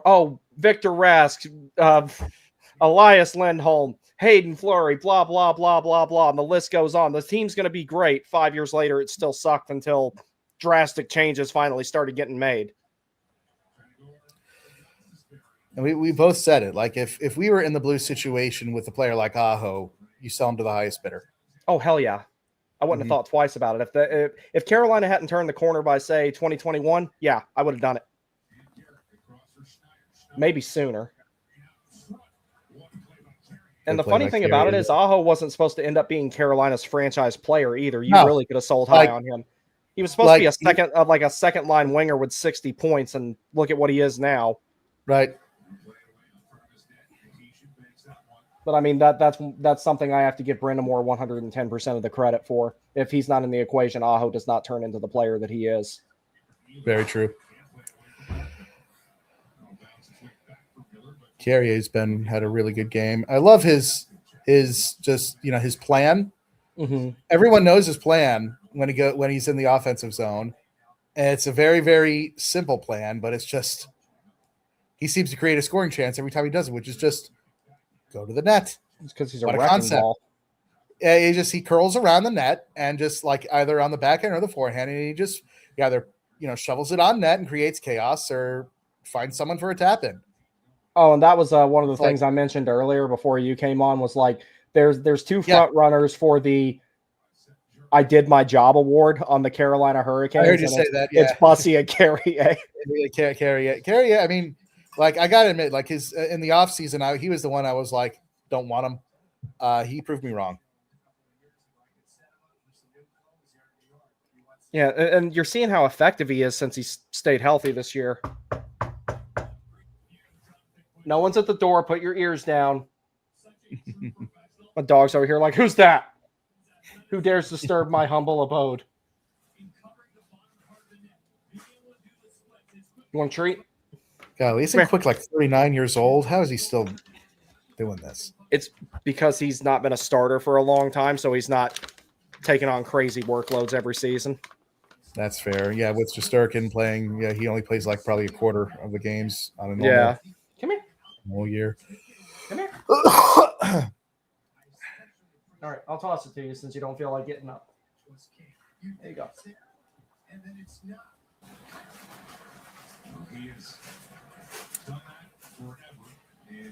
Almost had a takeaway. Svets has been really good on the forecheck tonight. He's had a really good game. Good stick by Miller. He'll give you a chance to win every night. At least that's been the story for his career. Ask Justin Williams about that, how good he was in the playoffs when the Kings needed him to be. They're very close friends. Justin and Jonathan. And now here's a try. Ooh, good save through traffic by Bussy. He never saw that. No way he saw that. He did what he was supposed to do there. He played the angle, but no way in hell he saw that puck. He knew what to do there. He was just all sorts of traffic in front of him. Great save. If he saw it at the last second. And that's him using his size. That's just a size save. Yeah, playing the angle. Oh, Hall couldn't quite get there. Ooh, Bussy's gonna have to play that. It's an adventure. Okay. I was gonna say if he messed that up, I'd be like, all right, now I have some questions. Yeah, I mean, well, you could tell he hesitated for a second. He was like, should I? Penalty on New York. Extra attacker. They got it. Good job by Hall to draw that. Yeah. 27-11 in shots. Hey, I've seen this one. It's a classic. I need to clip that like a man from space. I need to clip that and put it in my little like funny clips in here. Yeah. It should be just like a pop-up meme that you can just like.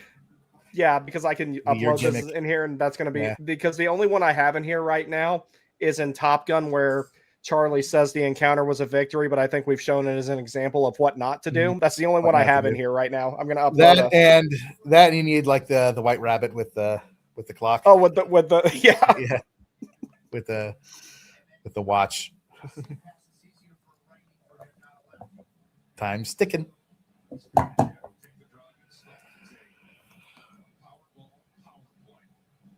I haven't had to use that on much of anybody the last few games because I was hitting half the team with the rabbit meme. Crossbar. Bro. What a great shot. Oh. He really got a hold of that one. Yeah, he did. Boy, and flush off the crossbar. To Ehlers. Shot. Good save. Goss's Bear's up there at the top of the circle like, give it back to me. I want another one. That was Ghost? Took that shot? Yeah. Yeah, it was. Yeah. Post. Yeah. Flush. That was perfect. That thing would have been through the back of the twine by the time that Quick had his head all the way turned around. If it almost blew the net back. Blew the net, like nudged the net backwards as it was. Who was it that shot the puck through the net? Al McInnes or was it Rob Blake? Or was it Chelly? I don't know if you remember. I think it was more of like, because it wasn't really like a hard shot, but it was more like a defective net. But Slavin shot the puck through the net. And I do remember that. Remember that? But that was against more Boston. because the net was messed up. Yeah, I remember that. Yeah. But there was someone who put it through the net. I want to say it was McInnes back in the day. I think you're right. Because I remember, no, it was McInnes, because I remember Chelios, they heard the puck go off the boards, and what's his name? I think it was Bill McCreary signaled goal, and Chelios went over to him and started bitching at him, and then he went over there and showed him the hole in the back of the net. It was something like that. I was a little kid when that happened. Okay, there you go. Gostisbehere is like the guy at pickup saying, "Give me the puck." He's so pissed off about that one that went off the. Yeah, I mean, he wants that one back so bad.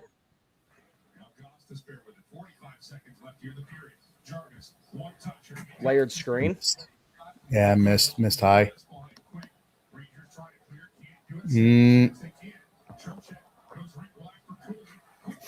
Eh.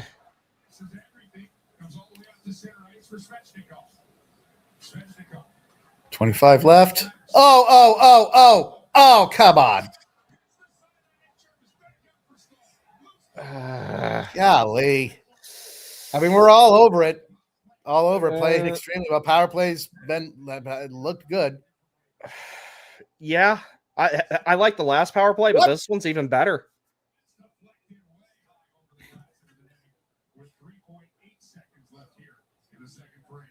Damn. Penalty on New York, yeah.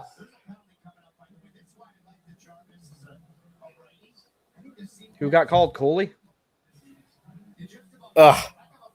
Should have just shot that right there, that low chance there. Yeah, so Which pads are really cool. We'll have a few seconds of 5-on-3 to start the third if we don't get a quick one here.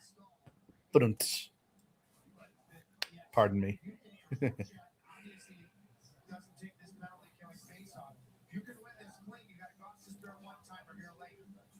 Look, I'm not hating on Jordan Stahl being on the power play in this situation in particular. Not at all. But like, I think in general, it's kind of time to move away from that. Well, if we got Trocheck or Thomas or someone or Pedersen, then they could go there. Yeah, they'll be the one to do that. But it's just that the whole reason he went there was because Aho couldn't win a face-off to save his life on the power play. Yeah. Now that's not a problem. He just had that 15 games or so where he just straight up forgot how to win a face-off in a special team situation. Yeah, that was killing it. And, you know, I guess maybe we can ask Katie about this, but what is wrong with Colorado's power play? She was. I asked her if she wanted to join us tonight, but she said that she had too much to do. Otherwise, she would have been here. And like, yeah, I am curious to ask her what's up with them. It should be that bad, like, dude. No reason at all. You should be able to put Cale Makar, Nathan McKinnon, Martin Necas, and then two random people off the street out there, and that power play score. And I did a few. Yeah, you know what? It's like you and me go out there with those three, and theoretically something should happen. I'll just stand at center ice and collect pucks every time they get cleared out of the zone and just give them back to them and let them do their thing. Because I'm sure as fuck not gonna be the power play guy. So it's like I would literally stand at the side of the goal with my stick just right here and not move. Yeah. That's it. And that should be enough. Why don't they have someone do that now?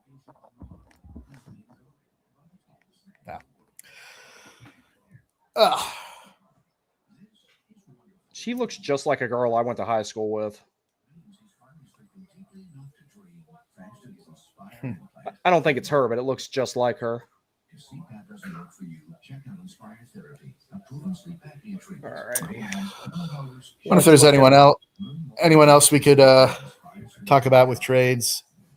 I do know one thing that I think we'll save this for a separate occasion. But the Gavin McKenna thing, I think that he does need to be punished by falling in the draft and having to play for the Carolina Hurricanes, because He's a it's fate. 32nd overall pick to Carolina. It's like That's right. a fate worse than We trade death that because nobody wants to play for the Hurricanes. Nobody wants to play for Rod. You know what, Gavin McKenna? You don't need to go to jail. We can think of something worse. We'll fix you. You get ready to learn to kill penalties, boy. What a crazy story. I mean, It got worse now. I really don't think that kid did anything wrong. Yeah, the kid being McKenna. Right. And I've seen the rumored motivation, which I can't blame him. I can't either, but especially when you're talking about if the guy is waiting for you outside after the initial confrontation is broken up, at that point you're perceiving a threat, and he eliminated the threat. Yeah, that could be a defense if he wants to actually make that argument and actually try to defend himself in court with look, he didn't just insult. He didn't just throw insults. He was being threatening. Yeah, well, if you wait for somebody outside after the initial altercation has been broken up, that's the only thing left to perceive at that point. But of course, Book Talk was all like, "This is more of that toxic masculinity behavior in hockey. Why can't you just talk your problems out?" No, that's not how it works. Shut the fuck up. Like, have you ever lived life at bro? If they grew up in my hometown, they'd all be dead. They wouldn't last 5 minutes in Fayetteville, North Carolina. There was a Walmart that was off limits to people in 18th Airborne Corps that had been to war. I grew up in Durham, man. That's bad too. that's worse. Like, Durham is that shadowy place. You must never go there, Simba. Yeah, no, it is. It's like Moss Eisley with sweet tea. You will never find a more wretched hive of scum and villainy than Durham, North Carolina. Durham's bad too. Yeah. You have to know where to not go. Yeah, I just don't go there at all. Good. Yeah, that's definitely the safest course. There's one thing I've always wanted to do in Durham, and I've just never gotten around to it. I wanted to go to a Bulls game, and I've just never got to do it. I've been to a few. It's nice. Actually, we went there last year with my family, and my wife decided, hey, we got pretty good seats, behind a few rows back of the dugout. Problem was that was right where the megaphone is. And golly, this was like easily over 100 decibels every time the PA wanted to say something, which was all the time after every pitch. And that would get annoying either way. And my kids were the ones that were the most irritated about all those loud noise. They weren't. This was a year ago. They were still, they were even younger. Mm-hmm. That was irritating. And then we went to a Mudcats game. That was much better. That was more our speed, frankly. Yeah, and they're gone now. They're gone? Yeah, they moved to Wilton. Oh, well, I think that's where we went. Oh, okay. Yeah, Zebulon. That's where they are. Yeah, Zebulon. That's it. Okay. I remember they moved somewhere. Yeah, no longer 5 County Stadium, I guess. Yeah. Yeah, they moved to somewhere else. I remember that, but I'm hoping that next year I'll finally get to make my pilgrimage to Atlanta and watch a game there. Yep. I did. I saw that was the only MLB game I saw was Mets in Atlanta, where they took a lead in the 7th inning and then gave up a grand slam, because of course they did. Oh, dude, you should have seen my time. I'm sure you saw it that night that the Braves had like that 6-run lead on the Yankees or whatever it was this past season. And it's like my timeline got lit up by so many people. Hey, Brandon, what happened, huh? I was like, ugh. It's okay if I eat? Absolutely. Cool deal. Yeah, no, that's fine. All right, thank you. I'm sitting here actively using, nicotine products. I ain't gonna tell you not to eat. And my wife dude, I had a really good great chili here. So chili. Good. Yeah. Chili's all, especially in this weather. Chili is one of the best things ever. But yeah, it's like no, my girlfriend made breakfast pizza and wings for me tonight. And I used to like. Here's how good I've gotten at not overeating. Once upon a time, I would have ate that entire pizza and all those wings and still been hungry. Yeah. Tonight, I ate 2/3 of the pizza and about 8 wings, and I was good. And that's all I've had to eat today. I've gotten really good about only eating once a day. It's been a hard adjustment, but it's like. That's good. That's I'm Italian, so I will always have that problem in my life. Yeah, it took some fighting for me to get to where I could do that and everything. And now there's Good for times you. where I go 2 days without eating. When I come up at the end of the month, I'm gonna do a 3-day before that. My Good for you, first man. meal after 3 days will be the morning I go to come up there. I'm gonna eat breakfast so that I don't pass out behind the wheel.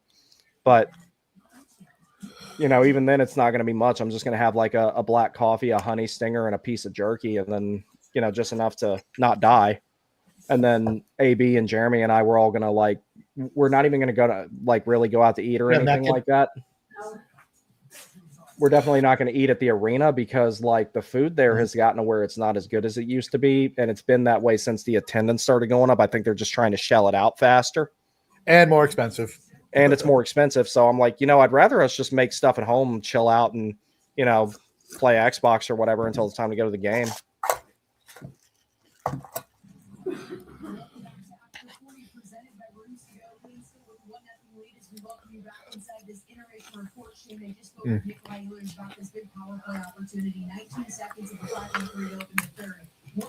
Yeah, 5-on-3 to open the third. You have an opportunity to start the third period with a 2-man advantage to really put this game out of reach. You have to go onto that ice with a killer instinct. This cannot be a patient type. The quick's been annoyingly really good. He always is good against us. I don't know if you noticed. He's always played us really well.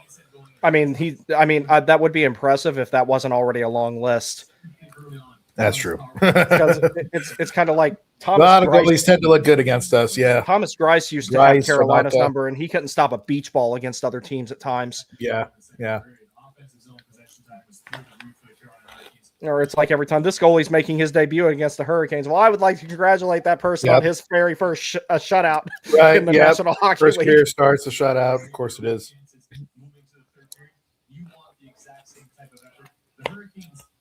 Who was the goalie that did that? Who got like a 45 save shutout in his first start against us, and he's not in the league right now. Like probably more than one. I remember that. I forget the guy's name, but because he didn't stick in the league. But yeah, he.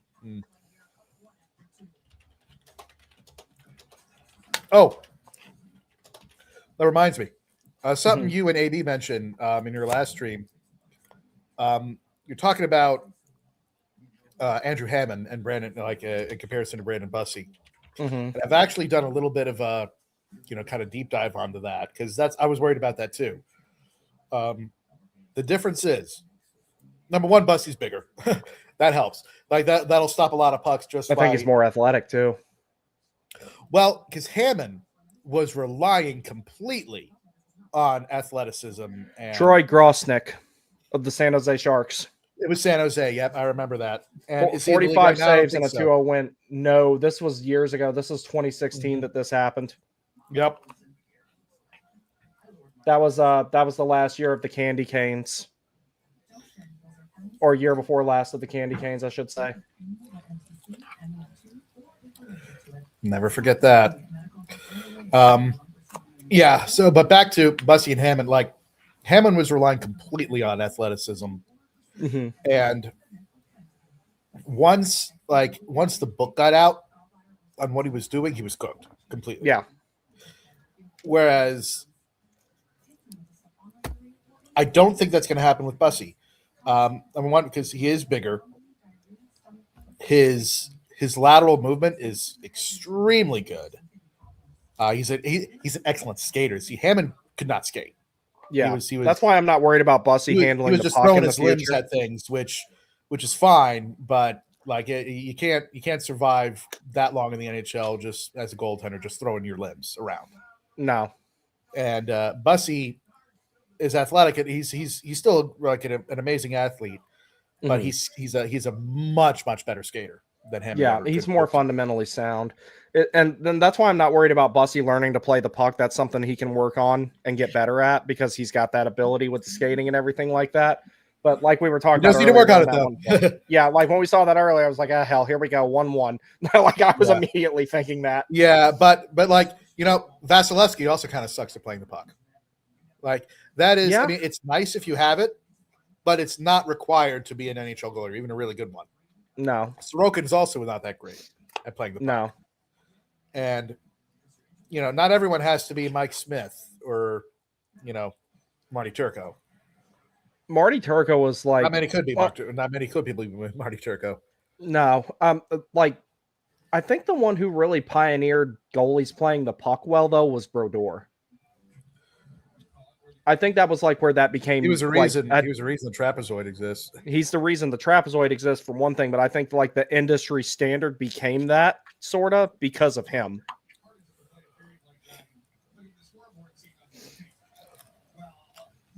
But even he wasn't the best at it. Like he wasn't. You don't think he was better than Turco? I think Turco was like in terms of the actual skill. It's just the Jersey, the way their trap game in the dead puck era was. Yeah, it was. Really you couldn't stop it. Yeah, and when you did have, I mean, no, like he wasn't the best at it, but he was still really good at it. He was a really good, puck handler. And when he was, above average at it, and with Jersey's trap, it was just unfair. It was just brutal. And if you manage to get a good look, he's Brodeur. That is true. We had his number, though.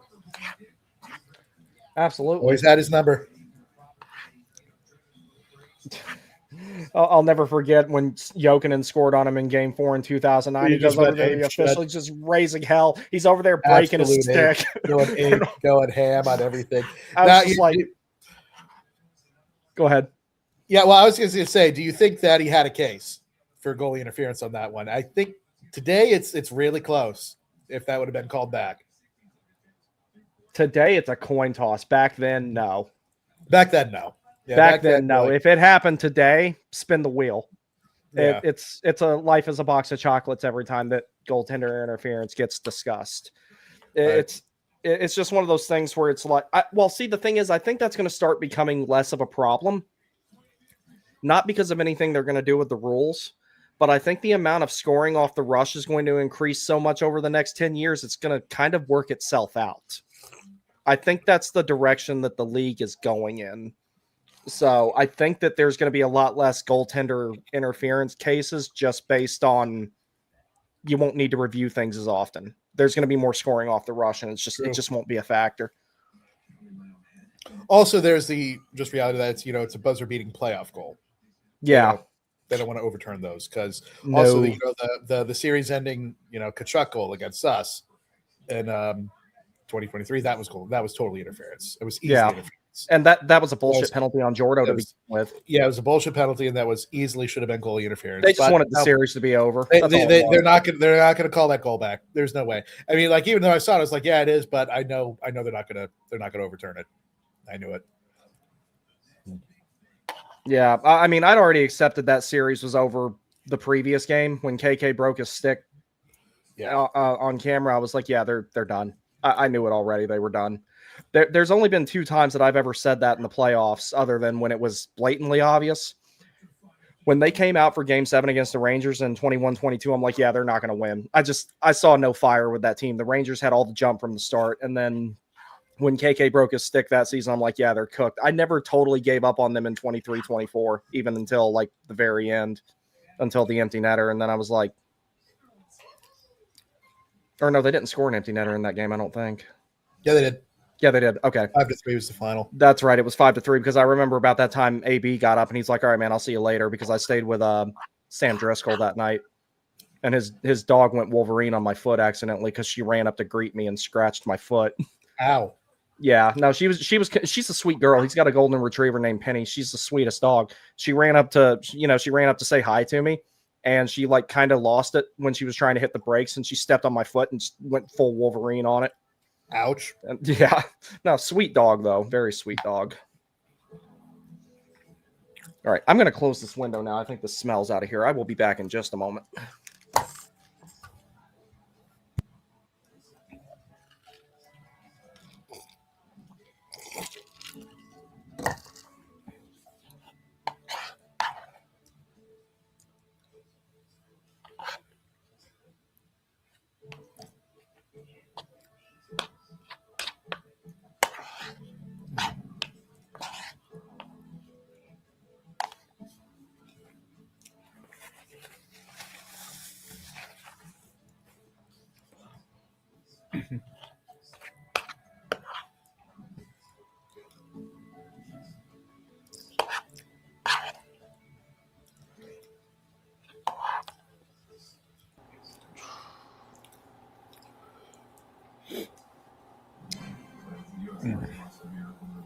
All right.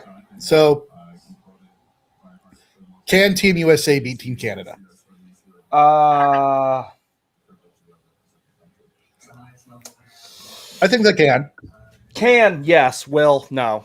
I take that back. It depends. It depends on the game management of things. I Because say it's 60-40. 60 for Canada's the 60 favorite, but not yeah, but not 60-40. overwhelming. If Slavin and Faber had been out there during that sequence of play where Canada They don't won score. last year, they wouldn't have scored. They don't score. Yeah. The only reason that happened is because you had the two most overrated defensively incompetent people in the league on the ice at the same time. And because not to Brock mention, Nelson decided to fling the puck down the ice for no reason.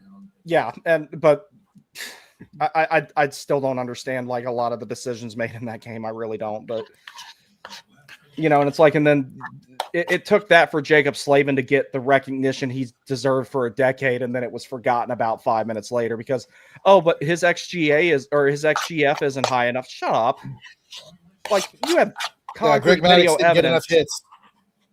You have concrete video evidence of how good this guy is defensively, but you want to say, but Quinn Hughes possesses the puck more. Quinn Hughes also turns it over like crazy in situations that he shouldn't put himself in. And he's not Makar. He's not even Heiskanen. Yeah, he's not a top 5 defenseman. I don't think he is either. I think he's good, but he's not. He's not what people say he is. At least top 15. I'll say 8. I'll say 8. Top 10, yeah. I can 8, 10, somewhere around there. I mean, Nikishin's going to be better than him. So yes, he is. On both sides of the puck. Well, squander the 2-man advantage. Oh, they lost the face-off? Yeah. And they lost the zone entry on a 5-on-3, which is embarrassing. Yeah, that's supposed to be the easiest zone entry of all time. It's just Mika Zibanejad, guys. Get what? Oh, my God. Oh, all right.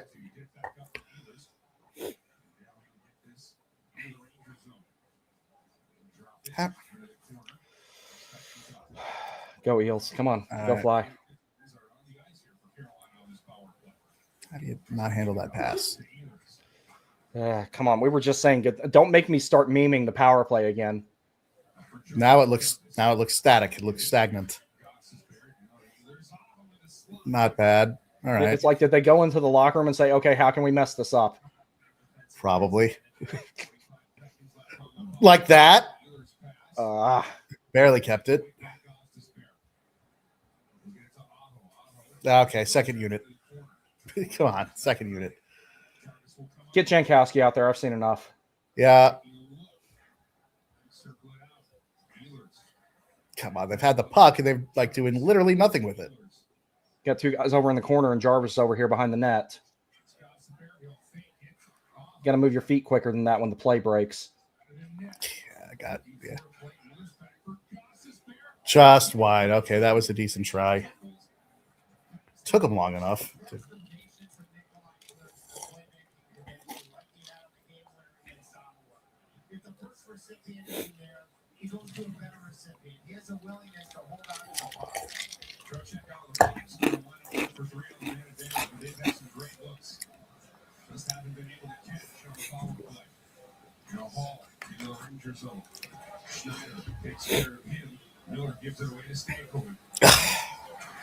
Oh. Hall just took a blow dart. Yeah. Fell down. Ice is slippery, buddy. Blake lost it to Gavrikov there in the slot for a second, all because he had his head down again. You got to stop. He needs to stop. He needs to stop toe dragging in the slot. Just shoot it. Yeah. Like, I understand, creating time and space, but that's not a situation where you needed to do that. You can do that along the boards or by the circle, not in the slot. Like, if you do it right on entry, I understand. But, like, or on in the high slot, like, no, shoot that puck. Shoot it. Now, he does it in the dead slot. He does it in the garden spot. It's like, come on, man. Come on, man. That's another reason I want another winger for that line who will actually shoot the puck. I mean, Taylor Hall shoots it plenty, but, like...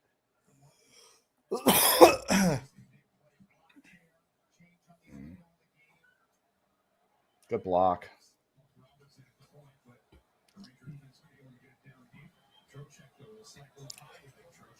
I'm wondering if they're going to leave the defensive pairs like this for the rest of the season, though.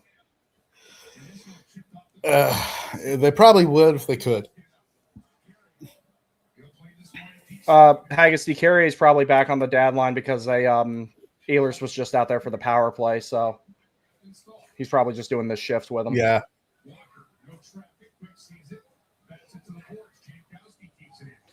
Jacob Slavin over here causing offensive zone turnovers. Is there anything he doesn't do? Leading a one-man rush up the ice, 1-on-3. Well, it's like that time he did that thing to Mason in the playoffs last year. Oh, that was probably one of the best. Like, that was one of the best things I've ever seen. Like, just pure ever. Like, one of the best. Put the puck in a coin slot after that from nearly parallel with the goal line, Eric style. And that's the thing. It's like, that's like the third or fourth time he's done that in the playoffs. Yeah. The first goal against the Rangers in the bubble, he did it like that. Yep. He did it against the Islanders from behind the goal line. I remember. It's like he shoots for that. He shoots for the goalie's melon. And people say that Slavin doesn't have any offense, and I'm like, no, he just prioritizes the defensive side of his game. When he turns it on. He won the accuracy shooting contest in the All-Star game. People forget that. Yeah, Schrum remembers. Him and Aho both won it. Yep, McDavid did not win it. Slavin won it. Pep and Schrum remembers. Well, see, a lot of people were saying that year, it's like that year that Aho won it, people were saying, oh, the only reason Aho won, he's the only one who tried. I'm like, well, the first step to winning is showing up and caring. So, oh, you mean he actually, tried to hit the target? Which was the whole objective of the thing.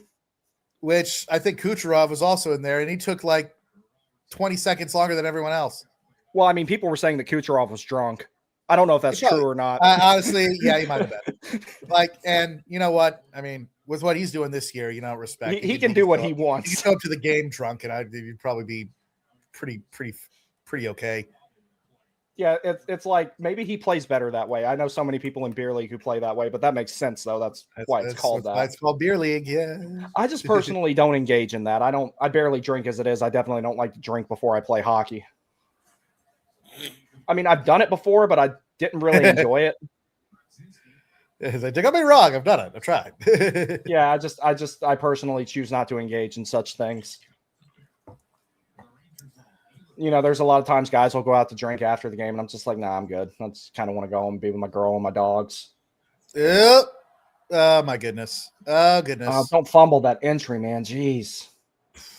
Great save, Bussy. That was disaster, but Bussy saved it. Oh, God. Okay, at least I know they saved it because I'm like a second behind you, and I'm fine with that. I'm glad that I didn't have to worry there.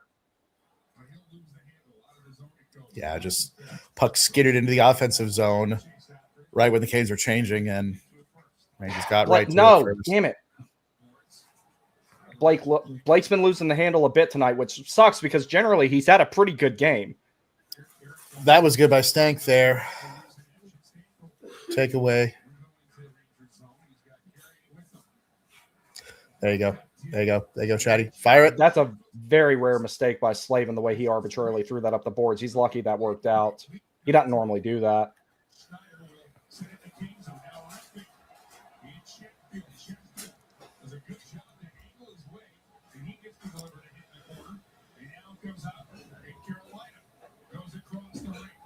Any friends?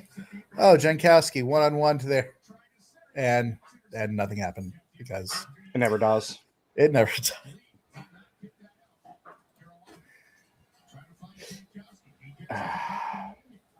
Kokiniemi would have got scratched for that. I'm just saying. Boy, Walker hasn't scored in ever. Well, I mean, he stopped shooting threes and he stopped scoring. That's true. I mean, but he was like, it was happening with regularity in the beginning of the year, but it hasn't happened in 30 games? Sean Walker should have been a sniper in the Canadian Armed Forces because he hit center mass every time. Get that man a rifle. Send him to take out the next Bin Laden. Won't be a problem. Not a good pass. You're ahead of me? Like a second. It's not much. Okay.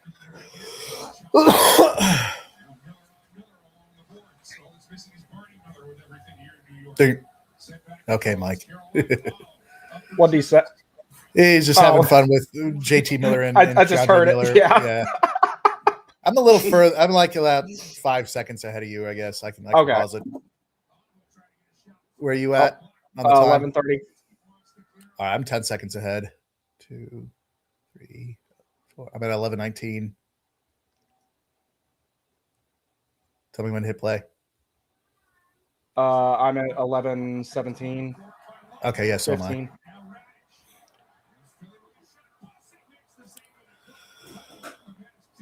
Well, Rangers are playing better now. Yeah. See, I'm seeing too many of these non-60-minute efforts, and I feel like we're starting to have another one now where they play well for a certain part of the game, and then they're holding on for dear life during the rest of it. Need the commercial timeout.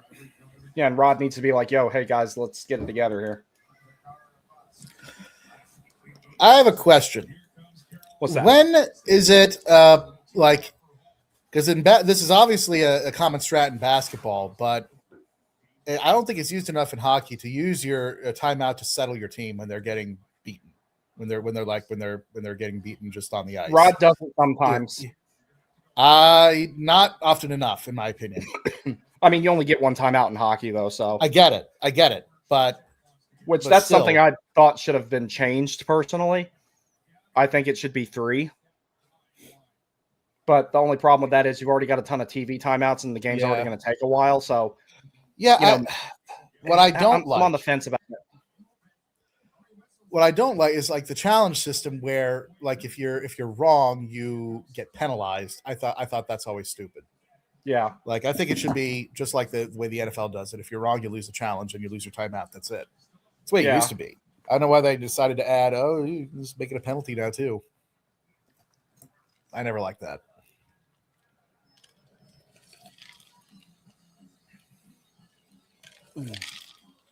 What do you think of Rod's idea of like a quick confirmation of a penalty called? Yeah, and then just use that for the TV timeouts. Yeah, I like that. I liked all of his officiating ideas.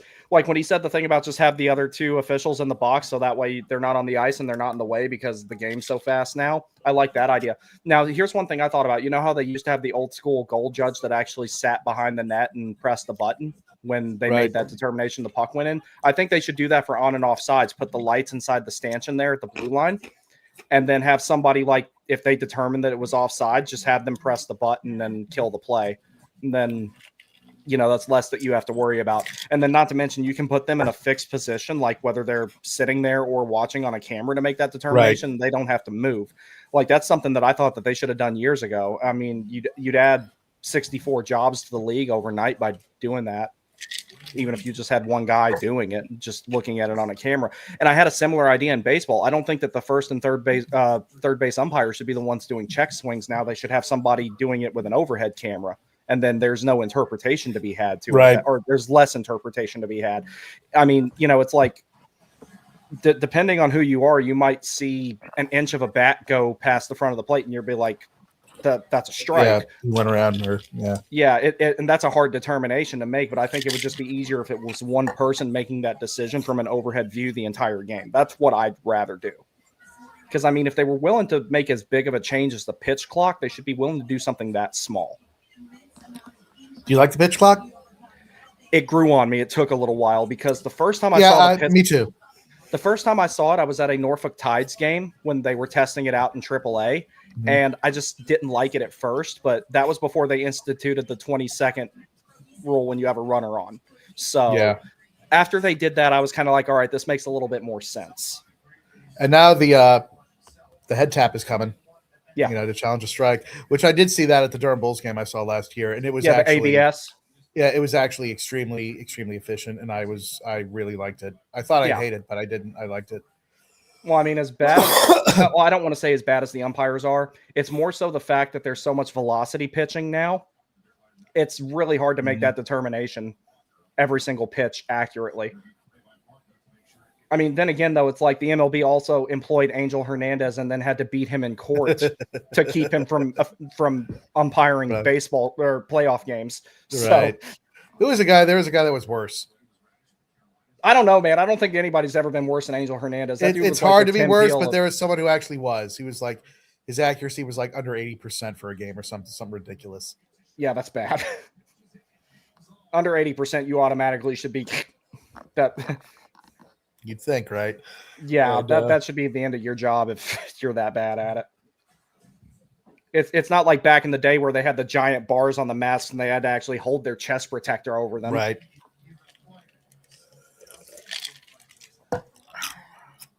But yeah, I think I would definitely put the lights into the stanchion for on and off side and just have someone make that determination on camera and press the button. Then That have could the be like- official sees it blows the Right. whistle. Golly.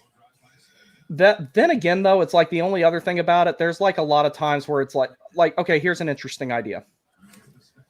There's a lot of times where there's a offside reviewed, but it's like within a millimeter. And it I don't like overturns it. offside review. I don't like offside reviews at all. And I'm like, was Like- that really worth it? Like, did that really affect the play that much? Now, if it's the Matt Duchene situation, then yeah. But basically, I think that if it wouldn't constitute them taking the face-off out of the zone, that it shouldn't even be looked at. If there was no offside review, we win that the first Florida series. If you know, you know. Yeah. Let me reload this. It just up and quit on me. Oh no. There we go. I'm back. I now. play by play. 808. All right, I'm at 8:16, so you're ahead of me. All right. I'll pause it. All right. I'm at 8. All right, 7, 6, 5, 4, 3, 2, 1, go. Got it. Eventually, I'm going to get a widget up here that has the game time and score on it. I don't know how to do it yet. I'm going to figure out how, because I know people do that. Mm-hmm. But yeah, it's like if it's not going to. Bussy got a piece of that. Wow, what a save! What a save! Thought he missed or hit the post, but if it doesn't constitute an intentional offside, I don't think it should be reviewed. That's what that rule should have been made for, because Matt Duchene, when that happened, that instituted. Yeah, that he was whole like thing a billion years offside. he was. He was He was light so years offside. offside, and You beat me to it. I was going to say you can calculate how offside he was in light years. like if you watch the linesman, like I think he was like doubled over, and then like for whatever, he was like looking at his skates for whatever reason. Maybe they were untied. I think that did hit the post. Let's see if he got it. Oh though. no, never mind. He got it. It's shoulder. I'm mistaken. Yeah, It went right off the Size. storm. that's a 6'5" man making a save. Yeah. That's not Storm- that's not throwing your limb out at it. That's just NC being State Stormy big. is definitely dead, though. It went right Yeah. off the pig. Right, hit right there. Yeah, what I was saying, yeah, that linesman on that infamous Duchene goal, which is the reason I we have wonder if he offside got hit reviews. with something, maybe, and that's why And he doubled looks over. up and he goes like, and it's like, bruh. No icing. All right. Oh, it was icing. Never mind. Yeah, no, they called icing. I was going to say that should have been icing.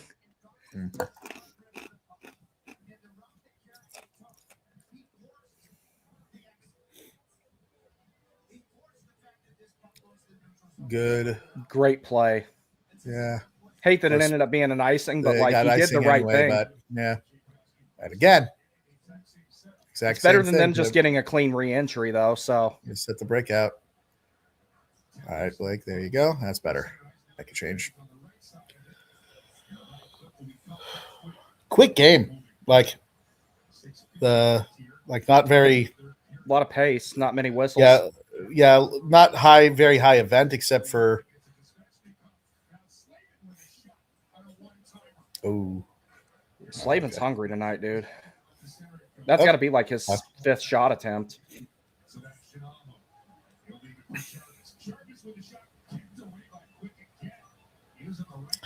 40 shots, 1 goal.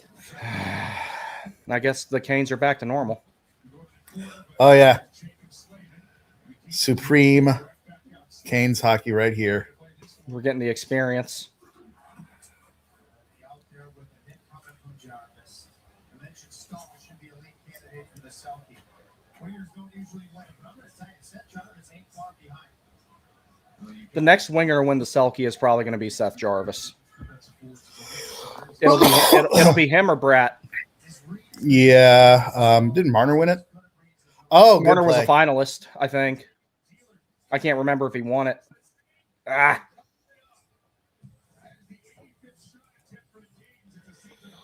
85 85th. shot attempts, 1 goal. 1 goal. Golf clap. 10 out of 10. Mike said that no with notes. such conviction. Season high. 85 shot attempts. Oh my God. Hey, at least they got 40 of them on goal. That's actually really good. Yeah. That's nearly a 50% on net percentage. So, or as Ed said in it, or as Eddie said in Ed and Eddie, 50. That's almost half. Dork. I love that show. It was not for children. Needs to be at least twice as big.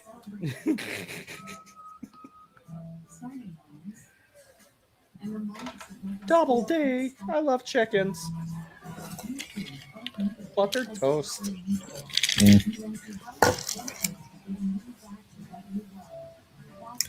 I watched Family Guy growing up.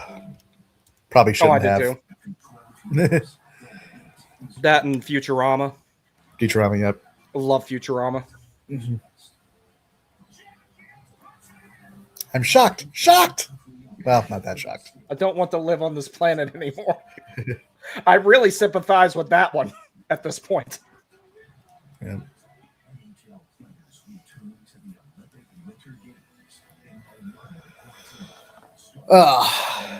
So USA versus Denmark is the first USA game. Freddie's gonna get shelled. Freddie's gonna get He's like gonna get poor lit up. Freddie. Poor Freddie. I mean, like, I understand it's asking the impossible for him, but poor Freddie. Like, what are you gonna do, man? Like, USA is also in, like, I say this and watch something go horribly wrong, but they're in a really, really soft group. They I think are. it's the USA and Germany. The or one thing something that like does yeah. worry me about that, though, you remember 2016 World Cup of Hockey and they didn't win a single game. That was Something going horribly wrong. Like that's what I'm worried about. Every sports fan, if you're a sports fan for long enough, you prepare yourself for something to go horribly wrong. Yeah, that is true. The last time I wasn't prepared for something to go horribly wrong was 22-23 Canes, and something did go horribly wrong. Several things went horribly wrong. Dude, that night that I was at the game where Svechnikov got hurt, when I saw him go down the tunnel and come back out, take one lap, and then go back down, I was like, yeah, he's done. That's awful. Yeah, I never wore my Derek Stepan sweater again because that's the one I was wearing at that game. Bad juju. I never wore it again. I was like, I will never wear this one again. And that sucks because that's actually one of my favorite ones, but I'll never wear it again. I love Derek Stepan.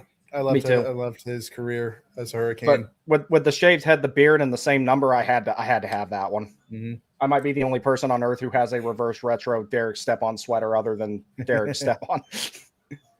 What's up, buddy? Slaving again, hammering a 88 mile an hour shot right on net. I'm curious to see how many shot attempts he has when this game's over. He's got to have at least 6. That's yeah.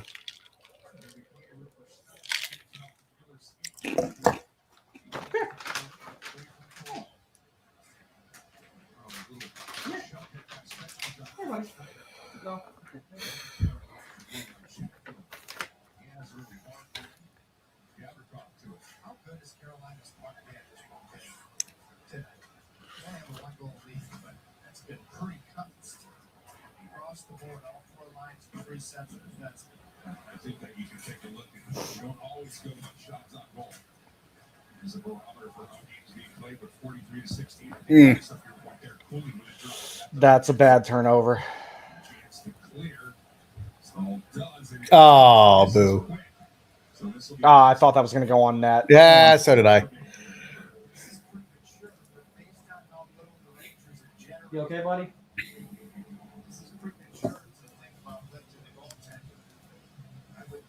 All right, pal? I know your stomach's bugging you a little bit. You okay?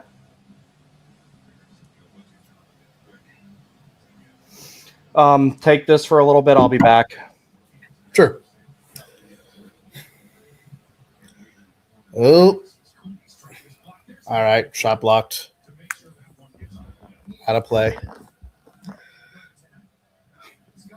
Try my hand at play-by-play a little bit here. Turn my inner John Forsland. I don't know all the Rangers players well enough. Good stick by Miller. R. Miller. It's a great shot block. And commercial. Riveting commentary, I know.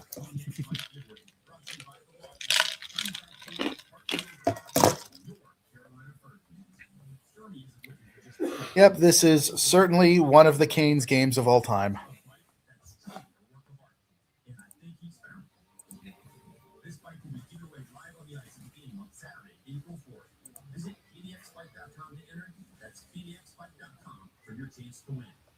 Are you ready for a great offer on an amazing mattress? Actually, make that your choice of 3. Shop at a lot of mattress brands for rooms to go. Now, easy to buy. Thanks to 72-month interest-free financing. Choose from the latest U.S. glass. Stearns & Foster. Orthopedic mattresses. Premium choices. The ultimate in comfort and support. Yours with special interest-free financing for 6 years. That's right now during the Rooms to Go President's Day sale. So, folks, tell me what y'all think of possibly acquiring Patrick Laine at the deadline as a pure rental. Let us know in the comments or in the chat. I'd say he's worth a 4th-round pick or so.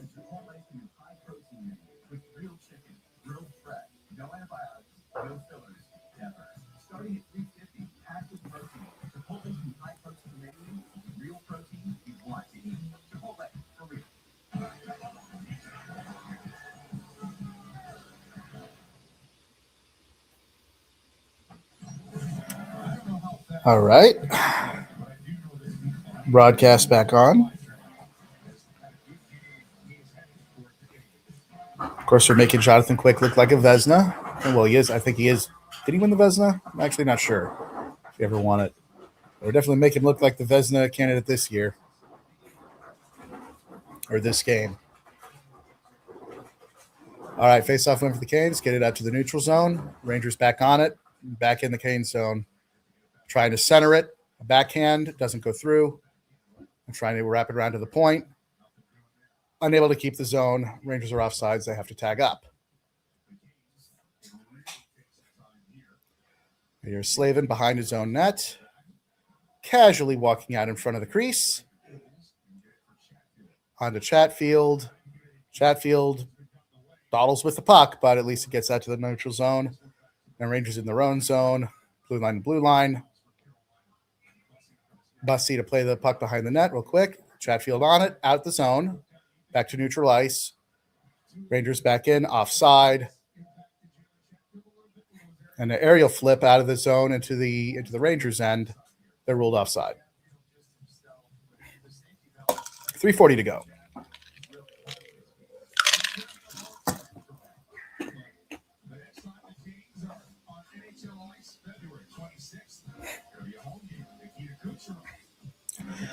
Yep. First game back I got off the break on February 26th will be against Tampa. With the Hurricanes, it's usually with the whole rust versus rest, it's usually rust that dominates after they're out after a long break. And frankly, when they have to play Tampa, I'm not really looking forward to that, although it'll be a really good test.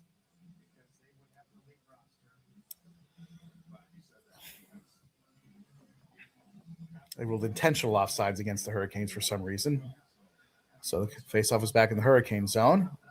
But the puck does get out, back in the Rangers' ice now. Rangers met in the neutral zone and have to go. It's the Canes send the puck back down. Rangers have to go 200 feet again. Puck is slowed up in the neutral zone, and again the Canes deny entry. Rangers again collect the puck at their own blue line and make a change.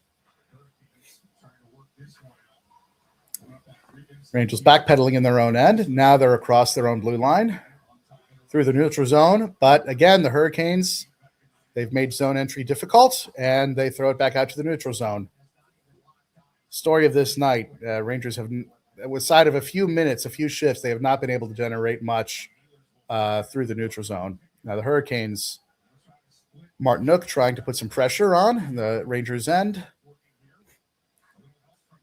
A little scrum along the boards. Couldn't keep the puck in. Now Rangers are neutral ice again. The Rangers Miller goes back to his own defenseman.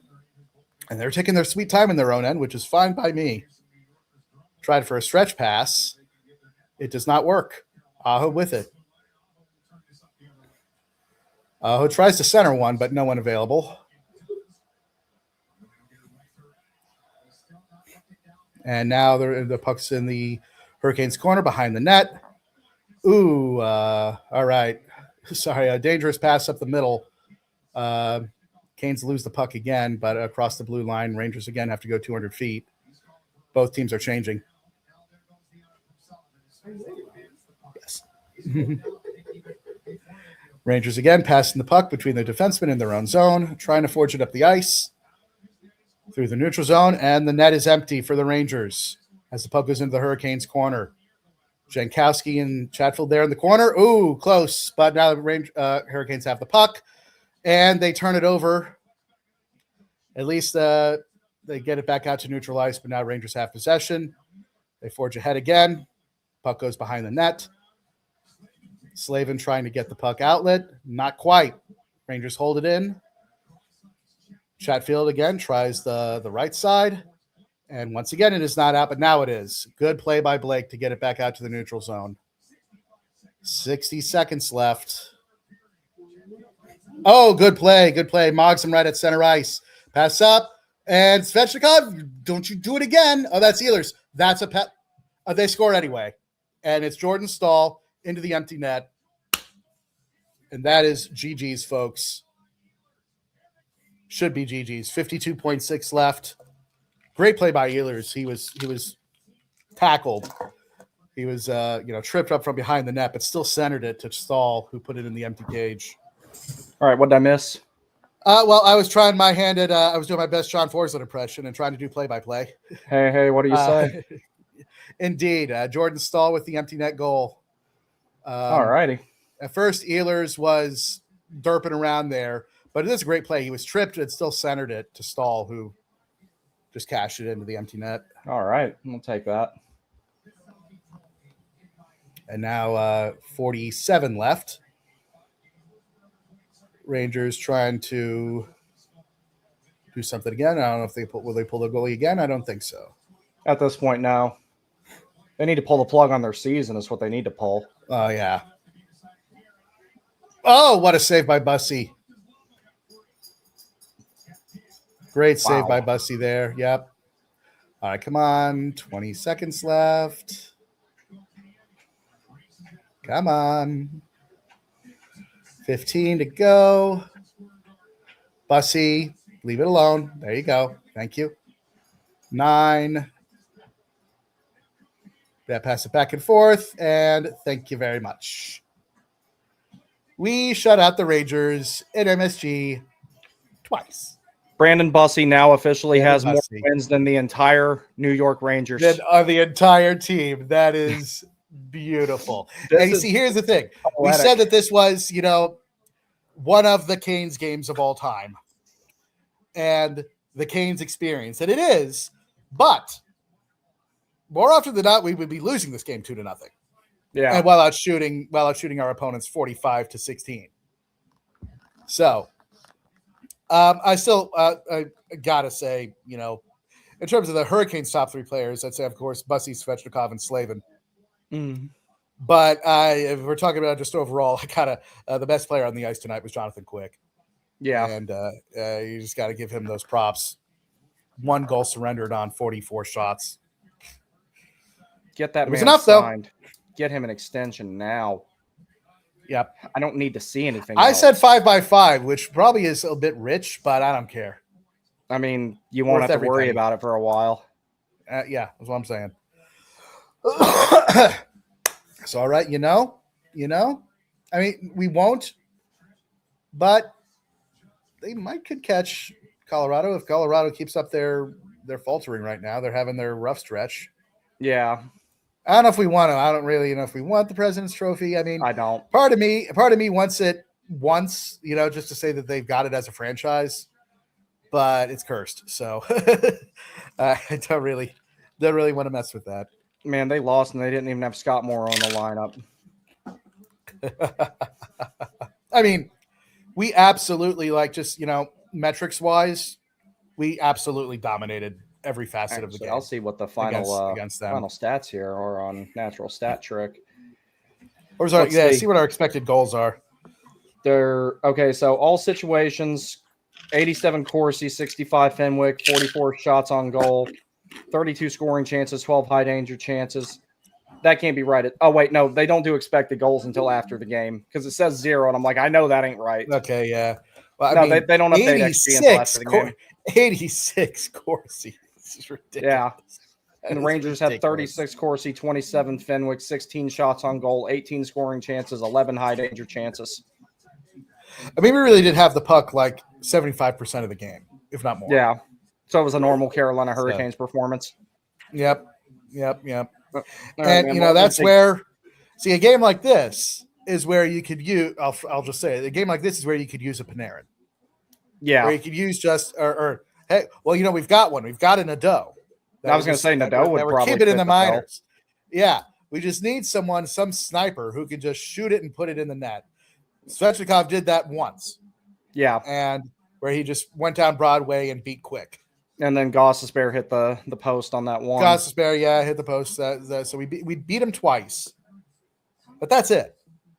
Yeah. A game like that, you should beat him a lot more than twice. Yeah. So well, I'm gonna jump off here and I'm gonna head out. Right. Yeah, I'm gonna have to walk my dog a few more times tonight because his stomach's bugging him. So no problem. Well, thanks for having me on. I really appreciate it. This is great. Yeah, we'll do something. Listen to my play-by-play on the playback and see how I will. Yeah, we'll definitely do some stuff over the Olympic break and everything like that. I'm going to be trying to preview and do post games and all that type of stuff during them. But I got to take care of my pup. But thank you very much for joining me. Yep. Thank you so much for having me. Everybody, thank you very much for stopping by and everything. And we will do stuff over the Olympic break, of course, for Team USA's games and all that stuff. We will be doing that. Thank you, everybody. I appreciate all the support. I will talk to you again soon. Matthew, good night, my friend. Good night.